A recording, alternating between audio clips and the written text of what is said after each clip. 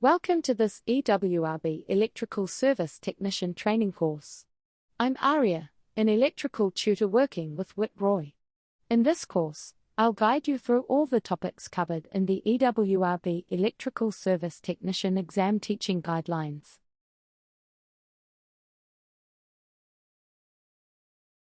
Today, we're starting with Topic 8.1, Basic Electrical Theory, the foundation of everything you'll learn as an electrical apprentice. Before we can safely connect, test, or repair any appliance, we must understand how electricity behaves, how it flows, how it's controlled, and how it's converted into useful work. 1. Elements of an electric circuit. First, let's look at what makes up a simple electric circuit. A circuit is a complete path that allows electric current to flow from a source, through conductors, to a load, and back again. The source can be a battery, a generator, or the AC mains supply. It provides the electromotive force, we call it voltage, that pushes current around the circuit. The conductors are usually copper wires that carry the current.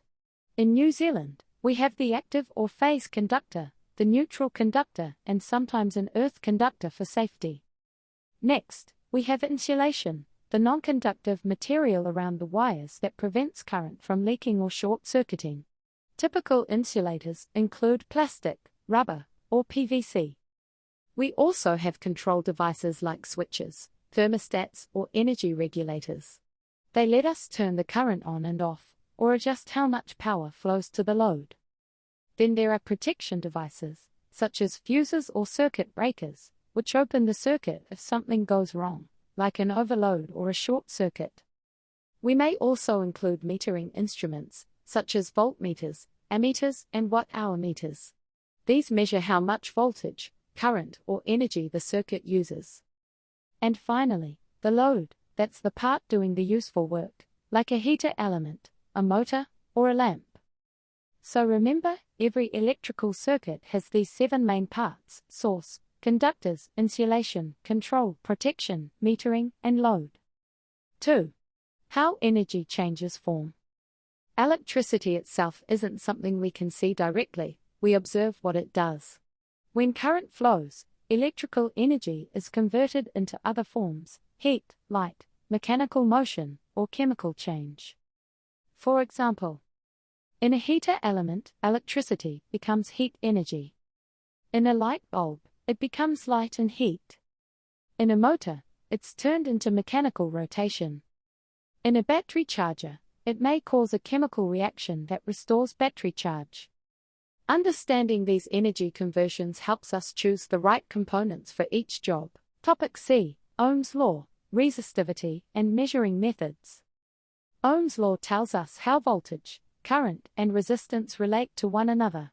We say it out loud like this: voltage equals current times resistance, or V equals I times R. If we need to find current, we say current equals voltage divided by resistance. If we need to find resistance, we say resistance equals voltage divided by current.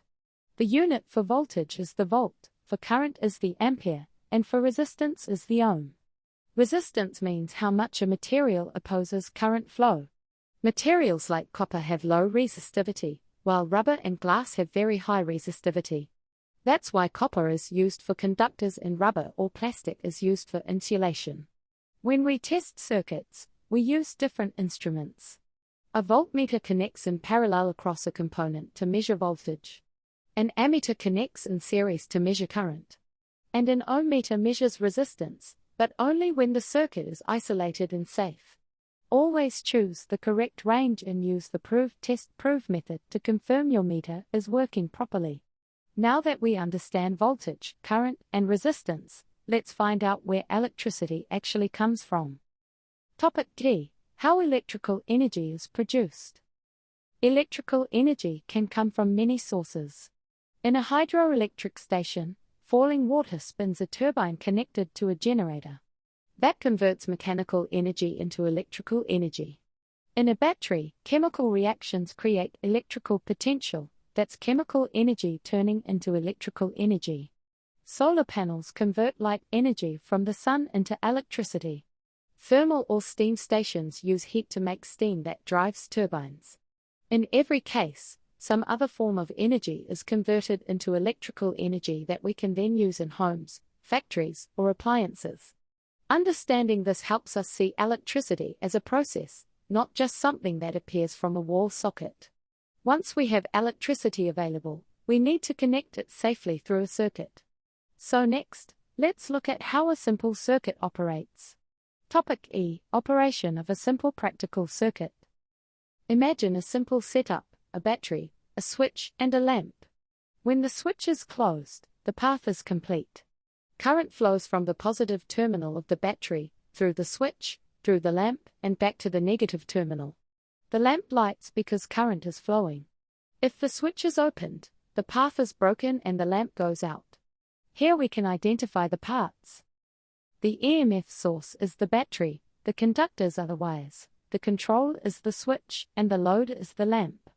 Every more complex circuit, a washing machine motor, a heater, or a control panel, still follows this same principle, a complete loop from source to load and back again. Now that we know how the current flows, let's practice using our formulas to calculate what's happening inside that circuit. Topic F. Determining resistance, voltage, and power. Let's use a quick example. Suppose a heater operates on 230 volts and draws 5 amperes of current. The resistance can be found by dividing voltage by current. 230 divided by 5 equals 46 ohms. To find power, we multiply voltage by current. 230 times 5 equals 1150 watts, or 1.15 kilowatts. If that heater ran for 1 hour, it would use 1.15 kilowatt hours of energy. That's the same unit that appears on your power bill. When measuring, always use your instruments correctly. Remember, voltmeter in parallel, ammeter in series, and isolate before using the ohmmeter. Working safely with test instruments is part of every question in the EST exam and every job you'll do in the field. So far we've talked mostly about direct current, where the current flows in one direction.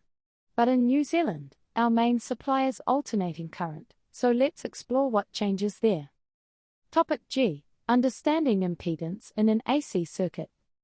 In an AC circuit, the current reverses direction 50 times each second. That's a frequency of 50 Hz. Because the current is constantly changing, it faces not only resistance but also effects called reactance from inductors and capacitors. When we combine resistance and reactance together, we get impedance, spoken as Z. Impedance is the total opposition to current flow in an AC circuit. It's still measured in ohms, but it takes into account both the resistive and reactive parts. So, in AC circuits we use the same basic relationship as Ohm's law, only we call the opposition Z instead of R. Let's finish by putting that into a calculation. Topic H. Formula for impedance and simple calculation. The formula is Z equals V divided by I. If we know the supply voltage and the current, we can find impedance, or if we know the voltage and the impedance, we can find current. For example, if an appliance on a 230-volt AC supply has an impedance of 46 ohms, then current equals 230 divided by 46, which is 5 amperes. We speak it as current equals voltage divided by impedance. This is the same principle as Ohm's law, just applied to alternating current. You'll often use this when checking load currents or motor data plates during fault finding. Summary. So to wrap up topic 8.1, let's summarize what we've learned. A complete circuit has a source, conductors, insulation, control, protection, metering, and a load. Electricity can change into heat, light, motion, magnetism, or chemical energy. Ohm's law links voltage, current, and resistance, and we use measuring instruments to confirm those values safely.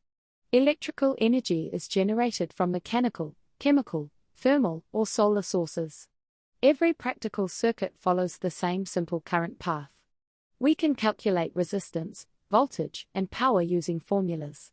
And in AC circuits, the total opposition is called impedance, represented by Z, with the formula Z equals V divided by I. Understanding these fundamentals is essential before moving into the next topic on electrical circuits, where we'll look more closely at series and parallel connections and how they behave under load. That concludes topic 8.1, Basic Electrical Theory.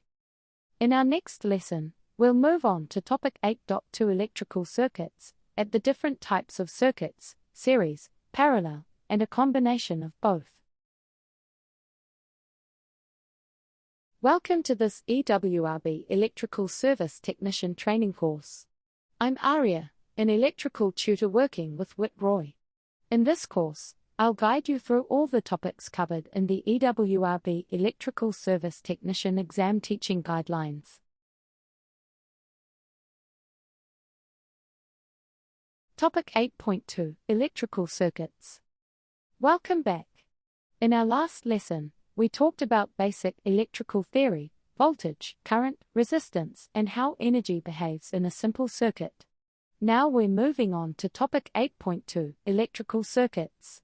In this topic we'll look at the different types of circuits, series, parallel, and a combination of both, and we'll also talk about circuit symbols, measurement, and why most appliances are wired the way they are. Let's begin with topic A. Topic A, describing a series circuit. A series circuit is the simplest kind of circuit. All the components are connected one after another in a single path. Because there is only one path, the same current flows through every part of the circuit. Think of it like a single-lane road. If one car stops, all the cars behind must stop too. In the same way, if one lamp or one resistor fails in a series circuit, the entire circuit stops working. A good example is a string of old Christmas tree lights. One bulb blows and the whole string goes out. Series circuits are also used in control circuits where one device must operate before another can start, such as safety switches or emergency stop buttons in a motor control system. Topic B, characteristics of a series circuit. Now let's look at the main characteristics of a series circuit. First, the current is the same through every component. Second, the voltage from the supply is shared between the components. Third, the total resistance is the sum of all the resistances in the circuit. And finally, if any part of the circuit opens, current stops everywhere. We can express the total resistance as R total equals A1 plus A2 plus A3. If three resistors, 20 ohms, 30 ohms, and 50 ohms, are connected in series, the total resistance is 100 ohms. If the supply voltage is 200 volts, the current equals 200 divided by 100, which is 2 amperes. That same current flows through each resistor. Topic C, drawing and labeling a series circuit. Next, in topic C, let's imagine how to draw a simple series circuit. You'd show the voltage source at one end, a control switch, and then your loads or resistors connected one after another in a straight line.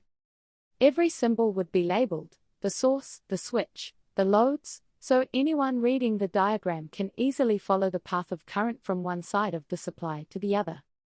Even though we're saying this out loud, picture it clearly, a battery, a switch, and 3 lamps connected end to end. That's a series circuit. Topic D, recognizing and using standard circuit symbols. Now in topic D, we'll talk about the correct standard symbols used in electrical diagrams. These are like a common language for electricians.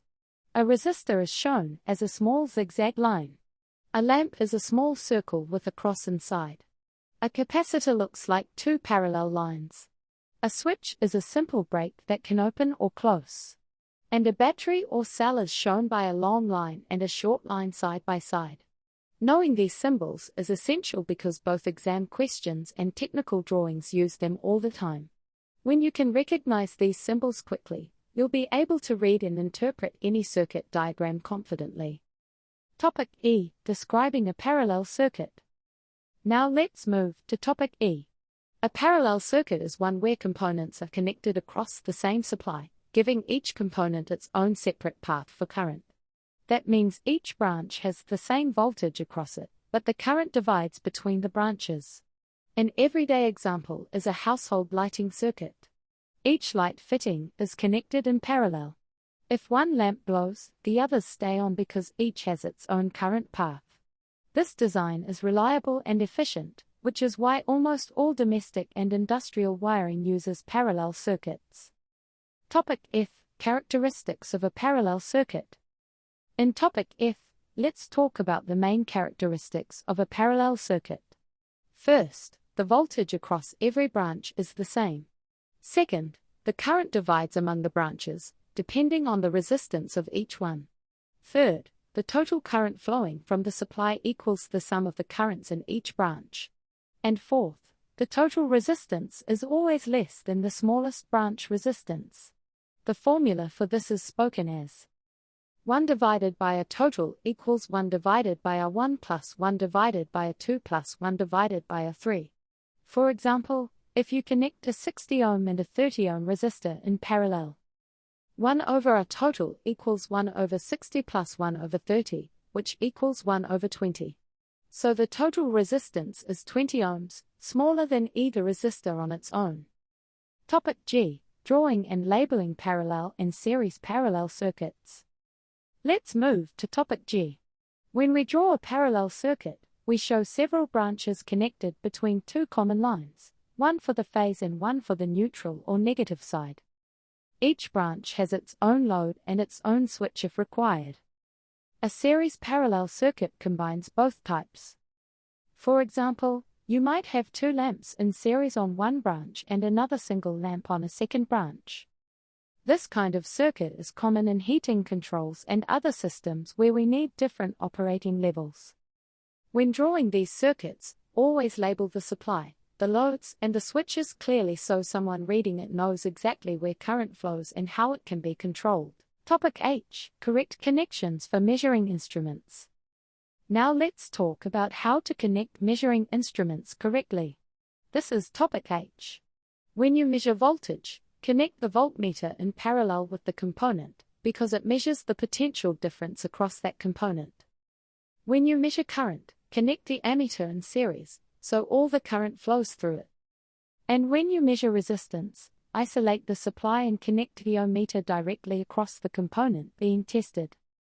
Always remember, voltmeter parallel, ammeter series, and ohmmeter isolated. A wrong connection, for example, putting an ammeter across the supply, could destroy the meter or cause an accident. Topic I. Why appliances are connected in parallel. Let's go to Topic I. Most electrical appliances are connected in parallel, not in series, and there's a good reason for that. In a parallel connection, every appliance receives the full supply voltage, so each operates correctly and independently. If one appliance is turned off or fails, the others continue working. If we connected them in series, each one would only get part of the voltage. For example, if three 230-volt heaters were connected in series across a 230-volt supply, each heater would only receive about 76 volts and produce very little heat. And if one failed, all would stop. That's why domestic and industrial circuits are designed as parallel systems, to keep every load operating at its rated voltage and to improve reliability. Topic J. Differences between alternating and direct current. Next, Topic J looks at alternating current and direct current. Direct current, or DC, flows in one direction only, like from a battery or a DC power supply. Alternating current, or AC, changes direction many times each second. In New Zealand, the main supply frequency is 50 Hz, meaning the current reverses direction 50 times per second. In a DC circuit, voltage and current are constant. In an AC circuit, voltage continually rises and falls in a wave pattern. AC is easier to generate and transmit, and its voltage can be changed using transformers, which is why it's used for our national power system. DC is mainly used in electronics, batteries, and control circuits where a steady current is required. So in summary, AC alternates back and forth at 50 Hz, and DC flows steadily in one direction. Topic K. Transposing the formula for impedance. Finally, let's finish with Topic K, which links our circuit study to the concept of impedance. Impedance is the total opposition to current flow in an AC circuit. It includes both resistance and reactance, and we use the same type of formula as Ohm's law. We say it like this: Z equals V divided by I. If we want to find current, we say I equals V divided by Z. If we want to find voltage, we say V equals I times Z. Here's a quick example. If an AC appliance has an impedance of 46 ohms and is supplied with 230 volts, the current equals 230 divided by 46, which is 5 amperes. We can speak that as current equals voltage divided by impedance. This shows how voltage, current, and impedance relate to one another in alternating current circuits, exactly as voltage, current, and resistance do in direct current circuits. Summary. To finish, let's summarize what we've learned in Topic 8.2, Electrical Circuits. We began with series circuits, learning that current stays the same but voltage divides and total resistance increases. We practiced how to draw and label those circuits using standard electrical symbols. We then studied parallel circuits, where voltage stays the same and current divides between branches. We learned how to connect measuring instruments correctly, why all modern appliances are connected in parallel, and how alternating current differs from direct current. Finally, we introduced impedance and simple calculations using the formula Z equals V divided by I. Understanding these circuit principles is a key foundation for electrical testing, troubleshooting, and safe work as an electrical service technician. You'll see these ideas again when we discuss power, energy, protection, and motor circuits later in the course. That concludes Topic 8.2, Electrical Circuits. In our next session, we'll move on to Topic 8.3, Power and Energy, where we'll learn how to calculate and understand the power used in electrical equipment. Welcome to this EWRB Electrical Service Technician Training course. I'm Aria, an electrical tutor working with Whit Roy. In this course, I'll guide you through all the topics covered in the EWRB Electrical Service Technician Exam Teaching Guidelines. Topic 8.3, Power and Energy. Welcome back. In the previous lesson, we talked about electrical circuits, how current flows in series and parallel connections, and how we measure voltage, current, and resistance safely. Today we'll move on to Topic 8.3, Power and Energy. This topic is where we connect all that theory to something real, how much electrical work is being done, how efficiently it's done, and how we measure it. Let's start with the first part, understanding the relationship between voltage, current, and power. Topic A, the relationship between voltage, current, and power. Every time current flows through a circuit, electrical energy is converted into another form, like heat, light, or motion. The rate at which that energy is used is called power. We can describe it in simple words. Power equals voltage multiplied by current. Spoken as a formula, P equals V times I. This means that if either voltage or current increases, the power increases too. For example, if you have a heater that draws 5 amperes from a 230 volt supply, the power is 230 multiplied by 5, which equals 1150 watts, or 1.15 kilowatts. In every circuit, whether a lamp, a motor, or a toaster, that same rule applies. Power tells us how much work is being done at that moment. Topic B, units in which power is measured. Now let's move to the second part, the units of measurement. The unit of power is the watt. 1 watt means 1 joule of energy converted every second. For practical use, we often talk in kilowatts, which are thousands of watts. So 1 kilowatt equals 1000 watts. When you read a nameplate on an appliance, such as 2 kilowatts heater, that means the appliance converts 2000 joules of energy every second when running. Power ratings help us select the correct size of wiring, circuit breakers, and fuses. If the power is high, the current is high, and the conductors must safely carry that load. Topic C, power formulae and their use. In Topic C, we'll look at the main power formulae and how to use them. There are 3 ways to calculate electrical power depending on what information you have. First, P equals V times I. This is the most common. Second, P equals V squared divided by R, if you know voltage and resistance. Third, P equals I squared times R, if you know current and resistance.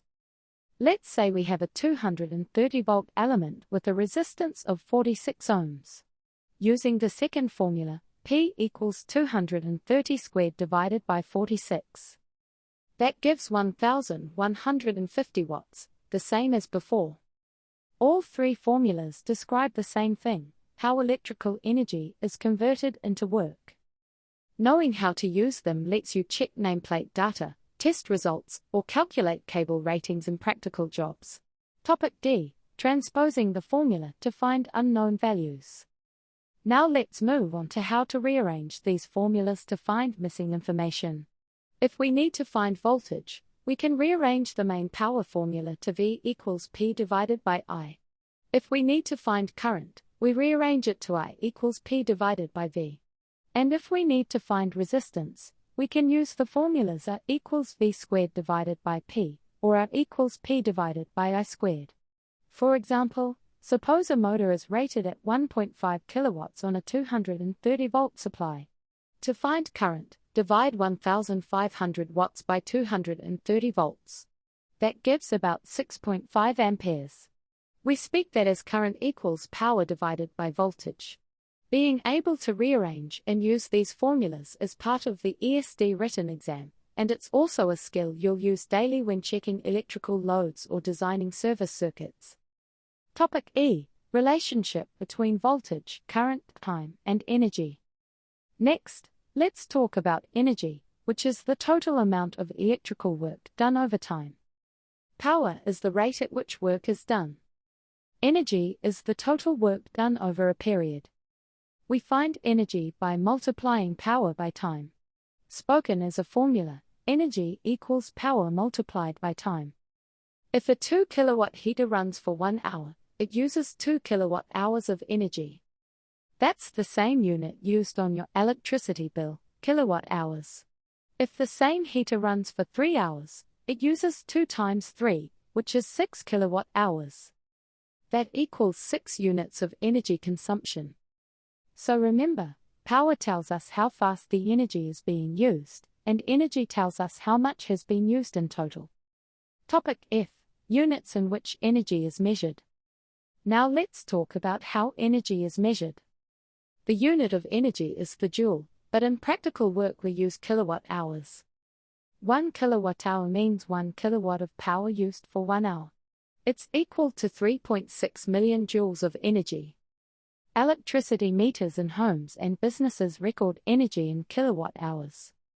Each unit on the power bill represents 1 kilowatt hour of energy used. Understanding this helps when you estimate running costs or when you explain energy efficiency to customers. For example, a 1000-watt heater running for 1 hour uses 1 kilowatt hour, but a 500-watt heater running for the same time only uses half a unit of electricity. Topic G. Converting horsepower to watts and vice versa. Finally, let's look at the relationship between horsepower and watts. Horsepower is an older unit used mainly for motors and engines. 1 horsepower equals approximately 746 watts. So, if a motor is rated at 2 horsepower, that's 2 times 746, which equals about 1492 watts, or roughly 1.5 kilowatts. To convert the other way, divide the power in watts by 746 to find horsepower. For example, a 3000-watt motor is 3000 divided by 746, which equals about 4 horsepower. Understanding both units is useful because you may still see horsepower used on older motors, compressors, or service manuals, even though modern equipment lists kilowatts instead. Bringing it all together. Let's now bring everything together to finish topic 8.3, Power and Energy. We began by understanding how voltage and current combine to create power, the rate at which electrical work is done. We then looked at the three power formulas and learned how to rearrange them to find unknown values. We saw how power over time becomes energy, measured in kilowatt hours, and how that relates to your energy bill. Finally, we learned how to convert between horsepower and watts for motors and other mechanical loads. Summary. To summarize, power equals voltage times current, energy equals power times time. Power is measured in watts, and energy is measured in kilowatt hours. 1 horsepower equals 746 watts. These relationships are the foundation for testing, load calculations, and appliance efficiency, all essential skills for an electrical service technician. That concludes Topic 8.3, Power and Energy. In our next session, we'll move on to Topic 8.4, Electrical Conductors, where we'll learn about conductor materials, their properties, and how to select the right type for different electrical applications. Welcome to this EWRB Electrical Service Technician Training course. I'm Aria, an electrical tutor working with Whit Roy. In this course, I'll guide you through all the topics covered in the EWRB Electrical Service Technician Exam Teaching Guidelines.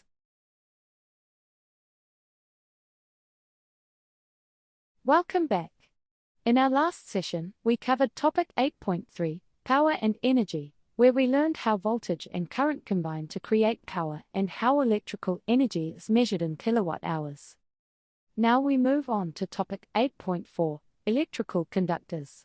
This topic is extremely important for service technicians because every electrical circuit relies on the quality of its conductors. When we say conductor, we mean any material that allows electric current to flow easily. Over the next few minutes, we'll look at the different types of conductors, their properties, the environments they're suited for, and why good connections are essential for safety and long service life. Let's begin with Topic A. Topic A, Properties and Uses of Common Conductors. Electrical conductors come in many forms: flexible, rigid, fine-stranded, or solid. Each is designed for a specific purpose depending on how and where it's used. Let's start with the most common one, copper.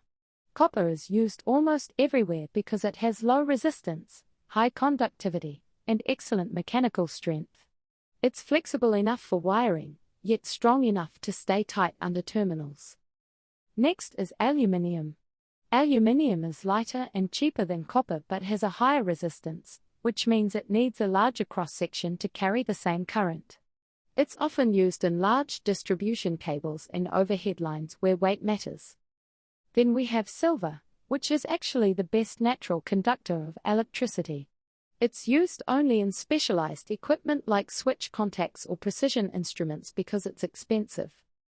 Tungsten and nichrome are used for heating elements. Tungsten has a very high melting point, and nichrome, an alloy of nickel and chromium, resists oxidation and glows red-hot without melting. Carbon is used in arc lamps and certain types of motor brushes because it can handle high temperatures and still conduct. Brass and bimetals are used where we need mechanical strength or specific switching behavior, such as in thermostats or circuit breakers. So when we choose a conductor, we must think about how it behaves with heat, moisture, vibration, or chemical exposure, and whether it needs to be flexible or rigid. Topic B. Advantages and disadvantages of common conductor materials. Now let's move on to Topic B, where we compare the advantages and disadvantages of these materials under real-world conditions. Starting with copper again, it's excellent in most situations, but it can oxidize if exposed to moisture or chemicals, so we usually tin plate or insulate it. Copper is also heavy and more expensive than aluminium. Aluminium, on the other hand, is lighter and cheaper, but it forms an oxide layer that increases resistance at joints. That's why aluminium connections must be cleaned and coated with anti-oxidizing compound before tightening. Silver conducts extremely well, resists corrosion, but is too costly for normal wiring. Tungsten has high strength and a very high melting point, making it ideal for lamp filaments, but it's brittle and hard to work with. Nichrome is perfect for heating elements because it can withstand high temperatures without oxidizing, though its resistance is much higher than copper. Carbon conducts poorly compared with metals but tolerates heat and arcing, making it valuable in brushes and arc lighting. So each conductor has a job where its strengths outweigh its weaknesses. In the exam, you may see a question like, which conductor would best suit a heating element exposed to air? The answer would be nichrome, because it handles both heat and oxidation well. Topic C. Importance of secure, well-made connections. Now let's move to topic C, which focuses on connections. Even if the conductor material is perfect, a poor connection can ruin the entire circuit. Loose, corroded, or poorly terminated joints create resistance points. Resistance means heat, and heat means potential damage, fire, or voltage drop. A well-made connection should be clean, with no dirt or oxidation on the surfaces, tight, but not over-tightened to the point of damaging the strands, correctly crimped or soldered, depending on the connector type. When we join conductors, the joint must carry the same current as the cable itself. If the joint has higher resistance, it becomes a weak point. This is why we use proper crimp lugs, terminal posts, and washers, and why every screw or clamp must be tightened to the right torque. In the field, many faults come down to loose or overheated terminals. A quick inspection or tightening could prevent major failures. So always remember, the safety and service life of a conductor depend not only on its material, but on how well it's connected. Topic D. Selecting suitable conductors for different applications. Now let's move to the final part, topic D. Choosing the right conductor for each situation. When selecting a conductor, there are several factors to think about. First, the current carrying capacity, also known as ampacity. The conductor must safely carry the expected load without overheating. This depends on its cross-sectional area, the material used, and the installation conditions. Second, the voltage drop. If the conductor is too small or too long, the voltage at the load may be lower than intended, which can cause equipment to run poorly or overheat. Third, the environmental conditions. If the conductor is exposed to heat, moisture, oil, or vibration, we must select the right insulation and sheath type. For example, a flexible lead on a portable tool may use heat-resistant or oil-resistant insulation, while a fixed installation might use TPS cable. Fourth, the mechanical requirements. Flexible cords are used where movement is frequent, for example, power tools, extension leads, or appliances. Rigid cables are used in fixed wiring systems. We also need to consider how the conductor is supported, such as in conduit, trunking, or buried underground. Fifth, cost and availability. Sometimes we balance performance with practicality. Copper is ideal, but for long underground runs or overhead lines, aluminium may be more economical and lighter. Finally, think about safety and compliance. All conductors used in New Zealand must comply with AS/NZS 3000 and AS/NZS 3008.1, which specify current ratings, temperature limits, and installation methods. To give a few examples, flexible cords with a cross-section up to 4 square millimeters are used for portable appliances. Neutral screen cables are used for underground supplies where mechanical protection is needed. MIMS, or mineral-insulated metal-sheathed cables, are used in areas of high temperature, such as ovens or fire-rated systems. Steel-wired armored cables are used where impact protection is important. Each choice must ensure that the conductor can safely carry the load, resist damage, and last for the lifetime of the installation. Connecting everything together. Now that we've gone through all 4 parts of topic 8.4, let's bring the ideas together. We started by learning about the different types of conductors and their general properties: copper, aluminium, silver, tungsten, nichrome, and others. We compared their advantages and disadvantages under various conditions such as heat, corrosion, and vibration. We discussed how vital it is to have secure, clean, and tight connections, because poor joints cause resistance and overheating. And finally, we learned how to choose the right conductor for the job, considering current capacity, voltage drop, environment, and compliance with New Zealand standards. For an electrical service technician, understanding conductor behavior is essential for safe installation, maintenance, and fault finding. When you know which material to use and how to terminate it properly, you prevent many electrical problems before they happen. In the exam, you might see questions such as: which conductor material is best suited for high-temperature heating elements? What effect does a loose terminal have on current flow? Why is aluminium not always suitable for small appliance leads? Every answer comes back to what we've learned in this topic. Summary. To summarize, conductors carry current, and their performance depends on material, size, and environment. Copper is the most common. Aluminium is lighter but less conductive. Special materials like nichrome or tungsten are used for heating, carbon for brushes, silver for high-quality contacts. Secure, well-made joints prevent overheating and faults. Correct conductor selection ensures safety, efficiency, and compliance with standards. That completes Topic 8.4, Electrical Conductors. In our next session, we'll move on to Topic 8.5, Electrical Insulators, where we'll look at the materials that prevent current flow and protect both people and equipment from electric shock. Welcome to this EWRB Electrical Service Technician Training course. I'm Aria, an electrical tutor working with Whit Roy. In this course, I'll guide you through all the topics covered in the EWRB Electrical Service Technician Exam Teaching Guidelines.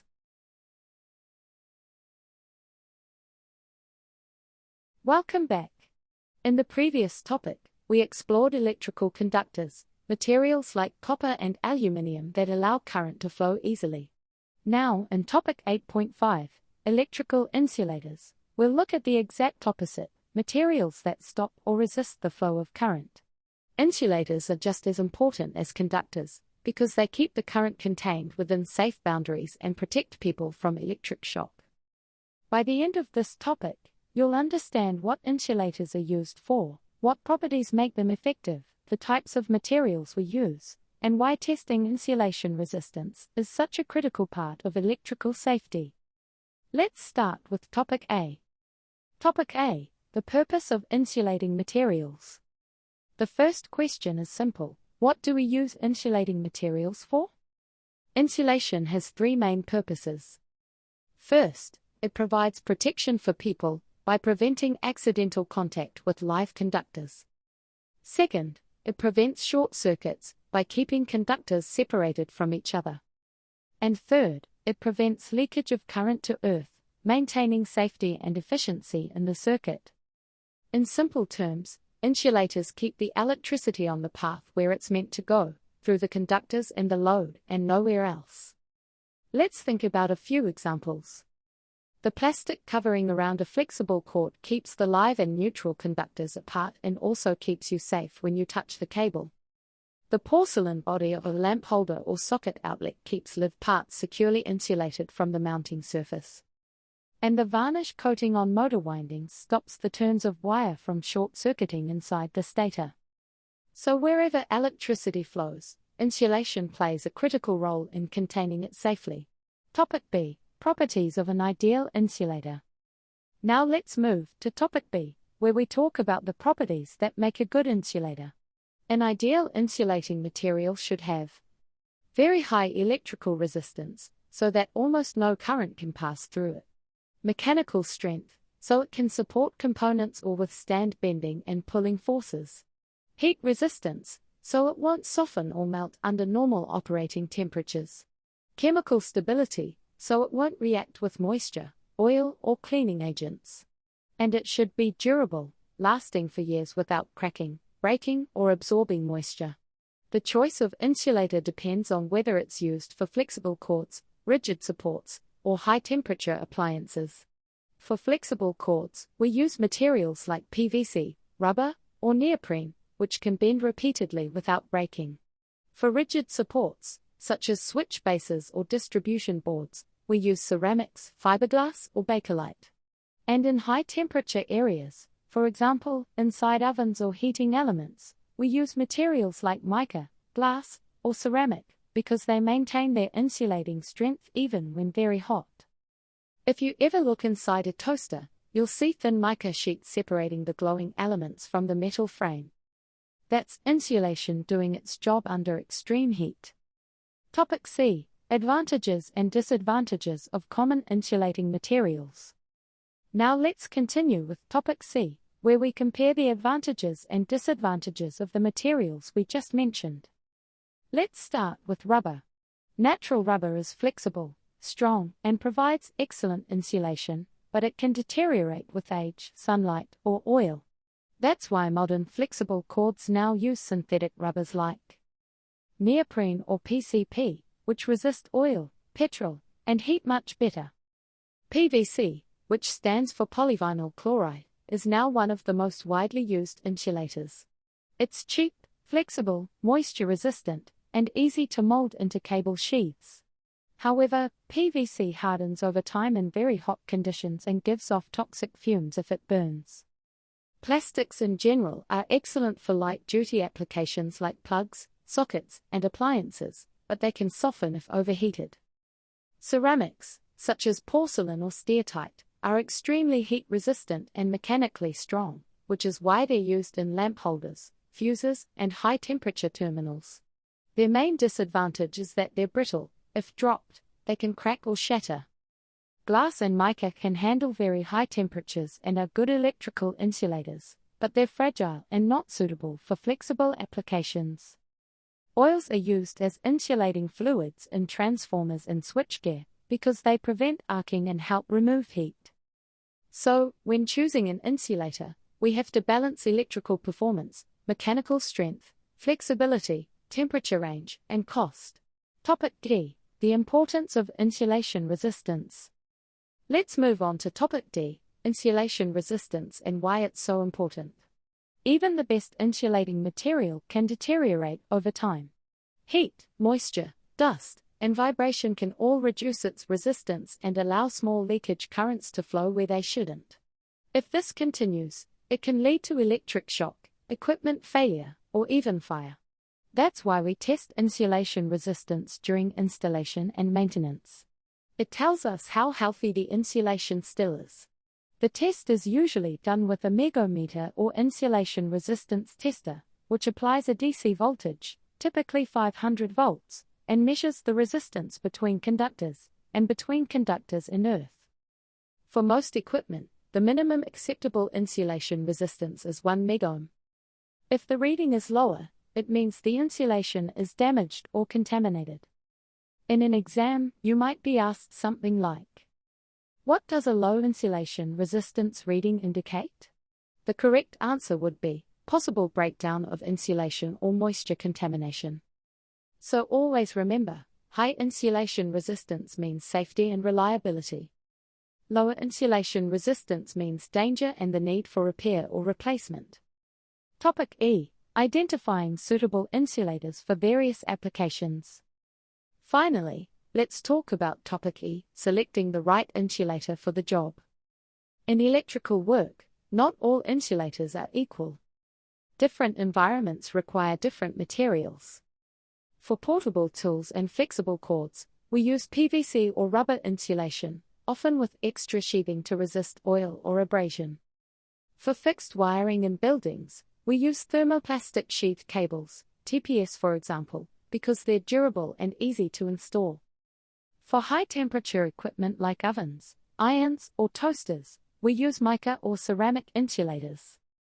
For supporting overhead lines, we use glass or porcelain because they can withstand weather, mechanical stress, and ultraviolet light. In motors and transformers, the windings are coated with enamel varnish or impregnated paper to keep the turns insulated. In switchboards, components are mounted on bakelite or fiberglass panels, which provide rigidity and high dielectric strength. So, when selecting insulation, always ask yourself, what voltage and temperature will it face? Is the environment dry, damp, oily, or exposed to sunlight? Does it need to be flexible or rigid? And does it comply with AS/NZS 3000 for safety and performance? The right choice of insulator ensures both safety and long service life of the equipment, bringing everything together. Let's now bring all the parts together for topic 8.5, electrical insulators. We started by understanding that insulation keeps electrical energy confined within the conductors and prevents electric shock, short circuits, and leakage to earth. We looked at the properties of a good insulator: high resistance, strength, durability, and heat resistance. We compared materials like rubber, PVC, plastics, glass, mica, and ceramics, noting their strengths and weaknesses. We discussed how insulation resistance testing helps us detect faults before they become dangerous. And finally, we looked at selecting suitable insulating materials for different applications, from flexible cords to high-temperature appliances. For a service technician, understanding insulation is more than theory, it's a daily safety requirement. Every plug top, every extension lead, every appliance you repair depends on insulation doing its job properly. So next time you strip a cord or test an appliance, take a moment to look at the insulation. Is it clean, dry, and flexible? If it's cracked, discolored, or sticky, it's time to replace it. Summary.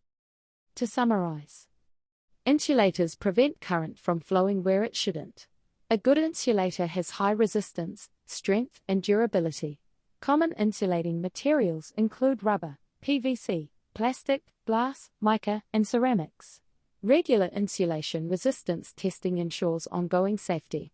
The correct choice of insulating material depends on voltage, temperature, environment, and flexibility. That completes topic 8.5, electrical insulators. In our next session, we'll move on to topic 8.6, flexible cords and cables, where we'll learn about the different types of flexible cords, how to identify them, and how their construction affects current capacity and safety. Welcome to this EWRB Electrical Service Technician Training course. I'm Aria, an electrical tutor working with Whit Roy. In this course, I'll guide you through all the topics covered in the EWRB Electrical Service Technician Exam Teaching Guidelines. Welcome back. Today we'll be looking at flexible cords and cables, a very practical topic that you'll deal with almost every day as an electrical service technician. Flexible cords and cables are used wherever movement, vibration, or portability is required. They must be selected, installed, and terminated correctly to remain safe and compliant. Let's start with Topic A, common types of flexible cords and their applications. Topic A, commonly used types of flexible cords. Flexible cords come in many types depending on the number of cores, construction, and sheath material. 1. Twin and 3-core cords. Twin-core cords are used for double-insulated appliances that don't require an earth, such as hairdryers or radios. 3-core cords include an earth conductor and are used for earthed appliances such as kettles, irons, or washing machines. 2. Twisted, parallel, and circular construction. Parallel cords are often flat and used for lightweight appliances. Circular cords are stronger and better suited for higher loads or industrial use. Twisted cords are flexible and used for portable tools where movement is frequent. 3. Sheathing types. TRS or TPS sheathing is common for light domestic use. PCP, polychloroprene, HOFA, heat and oil resistant, flame retardant, and PVC sheathings are used for heavier duty applications or where cords may come into contact with oil or fuel. In short, choose the right cord type for the environment, current, and level of movement. Topic B, sheathing for high temperature environments. Now, let's talk about cord sheathing for high temperature areas. Some appliances and environments generate heat, for example, ovens, water heaters, and industrial machinery. In these cases, standard PVC cords can soften or fail. Suitable sheathing materials include silicone rubber, excellent heat resistance up to around 180 degrees Celsius, used for oven connections. Glass fiber or mica insulation, used for extreme heat environments. PCP or HOFA for moderate heat and oil resistance. Each type is selected based on both the temperature rating and the mechanical protection needed. Topic C. New Zealand Colour Identification for Flexible Cords. Now let's look at how to identify conductors by colour, a key part of wiring safety. According to AS/NZS 3191, the approved colours for flexible cords are active, brown neutral, blue earth, protective, green and yellow. These colours are consistent across both single-phase and three-phase flexible cords in New Zealand. Always check that the colours are correct when replacing or repairing cords. Incorrect colour connections can cause serious shock or fire hazards. Topic D. Effects of conductor size, length, and temperature on current carrying capacity. Next, Topic D. Current carrying capacity. The current carrying ability of a flexible cord depends on several factors. 1. Conductor cross-sectional area. Larger conductors carry more current safely because they have lower resistance. For example, a 0.75 square millimeters cord carries less current than a 2.5 square millimeters cord. 2. Length of the cord. The longer the cord, the higher the voltage drop and the lower the effective current capacity. 3. Ambient temperature. Higher surrounding temperatures reduce the ability of the cord to carry current without overheating. All these factors are considered in AS/NZS 3008.1, which provides tables for derating based on temperature and installation conditions. Topic E. Effects of oils, petrol, strain and extreme temperatures. Let's move to Topic E. Environmental effects on flexible cords. Cords can fail early if exposed to harsh conditions like oil, heat or strain. Oils and petrol can attack PVC insulation, making it brittle or swollen. Excessive strain from pulling or bending damages the insulation and copper strands. High or low temperatures can harden or soften the sheath, leading to cracks or melting. That's why cords in workshops or kitchens often use PCP or HOFR sheathings, which resist oil and heat better than standard PVC. Topic F. Selecting the correct flexible cord for each application. Now, let's talk about how to select the right flexible cord. Selection depends on 1. Environmental conditions. Consider temperature, moisture, vibration, or chemical exposure. 2. Cord entry points. Check the temperature at the appliance terminals. Cords near heaters need heat-resistant sheathing. 3. Appliance design. Look at how the cord is terminated. Some appliances have strain relief or specific cord clamps. In short, the right cord must suit both the environment and the appliance's working temperature. Topic G. Using cable manufacturers' tables and AS/NZS 3008.1. For Topic G, let's talk about using cable tables. AS/NZS 3008.1 provides information on current carrying capacities, voltage drop values and temperature rating factors for flexible cords and cables. When selecting a flexible cord, always check the manufacturer's table to ensure the chosen size can carry the required current safely under expected conditions. This is essential when replacing cords in equipment like welding leads, pumps, or portable tools. Topic H&I. Flexible cords versus flexible cables. Finally, we'll finish with topics H&I. Flexible cords. Defined as conductors up to and including 4 square millimeters cross-sectional area, used mainly for appliances and portable tools. Flexible cables. Defined as conductors larger than 4 square millimeters cross-sectional area, used for heavier current applications like mobile machinery or generators. So, in simple terms, flexible cords are for appliances, flexible cables are for heavy-duty equipment. Summary. Let's summarize topic 8.6, flexible cords and cables. We covered types of flexible cords and their applications, high-temperature sheathing, color identification, factors that affect current capacity, environmental effects and selection criteria, use of AS/NZS 3008 tables, and The difference between flexible cords and flexible cables. In short, always choose the right cord or cable for the job by environment, current, and size, and make sure it meets New Zealand standards. That concludes topic 8.6, flexible cords and cables. In our next lesson, we'll look at topic 8.7, cables, where we'll explore fixed wiring types, their construction, and typical applications in domestic and commercial installations. Welcome to this EWRB Electrical Service Technician Training course. I'm Aria, an electrical tutor working with Whit Roy. In this course, I'll guide you through all the topics covered in the EWRB Electrical Service Technician Exam Teaching Guidelines.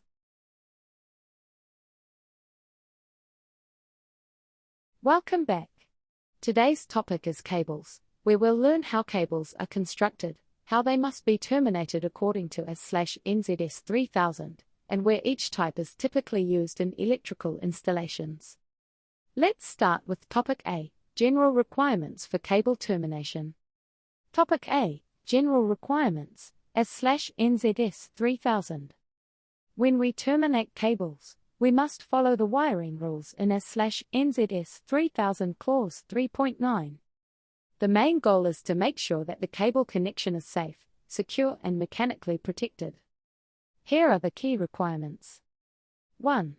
Conductors must be connected to terminals so that they make good electrical contact and are not under strain. 2. The insulation must extend as close as possible to the terminal, no bare copper should be visible. 3. The cable must be supported and protected where it enters boxes, enclosures or fittings. 4. Strain relief or cord grips must be used for flexible cables and cords. 5. Where cables pass through metalwork, they must have grommets or bushings to prevent damage. In short, good termination means tight, tidy, and tested. Topic B, Construction of common cables. Now let's move to Topic B, the construction of different cable types. We'll go through each one you need to know for the exam. 1. TPS and TRS cables. TPS, tough plastic sheath, cable has PVC insulation and a tough outer sheath. It's used in most domestic and light commercial wiring. TRS, tough rubber sheath, cable is older, with rubber insulation, now replaced by TPS. 2. Neutral screened cables. These have copper conductors surrounded by a metallic screen connected to earth. The screen helps reduce electrical interference and provides fault protection. Used for submains or underground supplies. 3. MIMS cables, mineral insulated metal sheath made of copper conductors embedded in magnesium oxide insulation inside a copper sheath. Fire resistant and used in high temperature or hazardous areas. 4. Steel wire armored, SWA, cables. These have steel wire armor under the outer sheath for mechanical protection. Used for underground or outdoor installations. 5. Cables in metal and plastic conduit. The conduit gives extra protection against damage. Metal conduit provides both mechanical protection and an earth path. Plastic conduit gives mechanical protection only and needs a separate earth wire. 6. PVC cables in flexible conduit. Used where movement or flexibility is needed, for example, between machines or suspended fittings. The flexible conduit must be supported and rated for the environment. 7. Copper braided sheath flexible cords and cables. These are multi-strand flexible cables with a copper braid for both mechanical protection and earthing. Common in welding leads, stage lighting, or temporary power systems. Each of these cable types has a specific use. Understanding their construction helps you choose the right one for the job. Topic C, Typical applications for each cable type. Now let's move to Topic C, Typical applications. We'll go through each cable again and talk about where you're most likely to see it used. 1. TPS and TRS cables. TPS is used for general wiring in houses, lighting and socket circuits. TRS may still be found in older installations. 2. Neutral screened cables, used for submains to sheds, outbuildings, or underground connections where electrical noise or voltage drop must be controlled. 3. MEMS cables, used in places where fire resistance is needed, such as emergency lighting, alarms, or furnace wiring. 4. Flexible cables and cords, used for appliances and portable tools that need movement. Must be supported, strain relieved, and suitable for flexing. 5. Cables and metal and plastic conduit, used where cables need extra protection from impact or corrosion, like garages, workshops, or industrial sites. 6. PVC cables and flexible conduit, common in connections between vibrating machinery or motors. The conduit prevents wear from constant movement. 7. Copper-braided sheath flexible cables, used for welding leads, stage and entertainment wiring, or mobile equipment that needs earthing through the braid. So remember, choose your cable based on where it's installed, how it moves, and what protection it needs. Summary.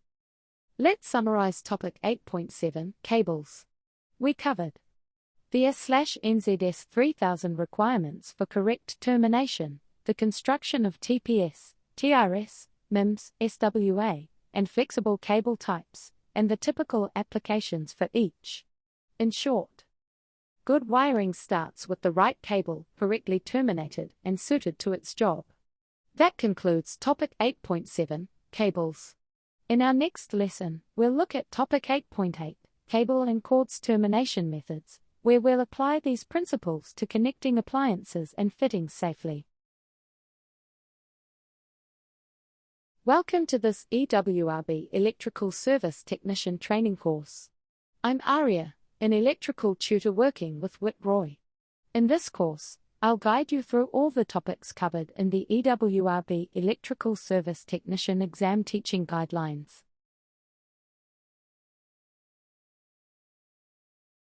Welcome back. Today, we'll look at topic 8.8, cable and cords termination methods.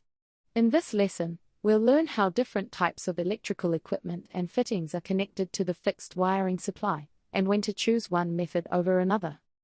This is an important practical topic because service technicians must always select a termination method that's safe, accessible, and suited to the job. Let's begin with topic A, methods of connection to the fixed wiring. Topic A, methods of connection.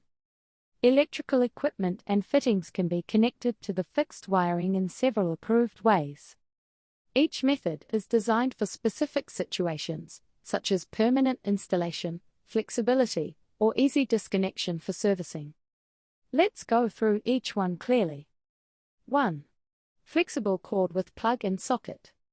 This is the most common method for portable appliances such as heaters, drills, or computers. The flexible cord is connected to an approved plug, which fits into a matching socket outlet. It allows easy removal or replacement of the appliance. 2. Flexible cord from a ceiling rose. This method is used mainly for pendant lighting.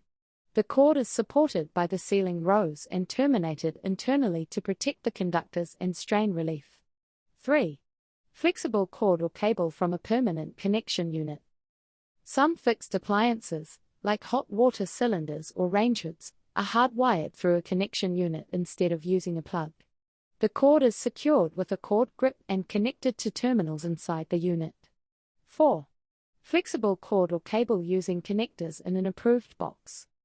Where appliances are fixed or semi-permanent, you can use suitable connectors inside an approved junction box, switch, or terminal unit. The box must have mechanical protection and proper strain relief. 5. Direct connection of fixed wiring to appliance terminals. Some appliances are connected directly to the fixed wiring at the appliance's terminal box, for example, built-in ovens or cooktops. In this case, the wiring must be enclosed, and the terminals must be accessible only with a tool. 6. Installation couplers, ES/NZS 61535. These are plug-in socket-style connectors used in fixed wiring systems. They allow quick, safe connection of pre-wired luminaires and fittings. Unlike standard plugs, they are designed for permanent installations and cannot be unplugged without a tool. Each of these methods must provide mechanical support for the cord, protection against strain, correct polarity, and access for maintenance when required. Topic B. Selecting the correct connection method. Now let's move to Topic B. Choosing the right termination method. Different situations require different connection types. Let's look at a few examples. 1. Portability of the appliance. If the appliance is portable, like a toaster or vacuum cleaner, it must use a flexible cord with a plug-in socket so it can be unplugged easily for safety or servicing. 2. Effects of moisture or vibration. In areas exposed to moisture, such as bathrooms or outdoor locations, use permanent connection units or installation couplers rated for the environment, never open plug connections. In vibrating equipment like motors, flexible cables with strain relief are essential to prevent conductor fatigue. 3. Special tariff circuits. Some appliances, such as hot water cylinders or night store heaters, are on controlled load tariffs. These are typically hardwired through a fixed connection unit so the supply authority can control them. 4. Loading involved. Large current loads, like ovens, welders, or air conditioners, are usually connected directly to the terminal box or through a heavy-duty connector in an approved enclosure. 5. Multi-phase requirements. Three-phase appliances, such as industrial motors, must use suitable multi-phase plugs or fixed connection units. The terminations must be arranged to maintain correct phase sequence and earth continuity. In every case, the goal is to provide a safe, durable, and serviceable connection that meets both the wiring rules and the appliance's installation instructions. Summary. Let's summarize Topic 8.8, Cable and Cords Termination Methods. We learned that electrical equipment can be connected to the fixed supply by plug-in socket, ceiling rose, permanent connection unit, connector in an approved box, direct terminal connection, or installation coupler complying with S/NZS 61535. And we select the connection method based on portability, exposure to moisture or vibration, special tariff or load conditions, and whether the circuit is single-phase or multi-phase. So, in short, always choose the connection method that suits the environment, the load, and the appliance. That concludes Topic 8.8, Cable and Cords Termination Methods. In our next lesson, we'll move on to Topic 8.9, Systems of Supply, where we'll explore how electricity is generated and distributed across New Zealand before it reaches your installation. Welcome to this EWRB Electrical Service Technician Training course. I'm Aria, an electrical tutor working with Whitroy. In this course, I'll guide you through all the topics covered in the EWRB Electrical Service Technician Exam Teaching Guidelines.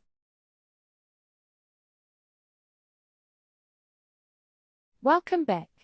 Today we'll look at Topic 8.9, Systems of Supply, which explains how electricity is generated, transmitted, and distributed across New Zealand.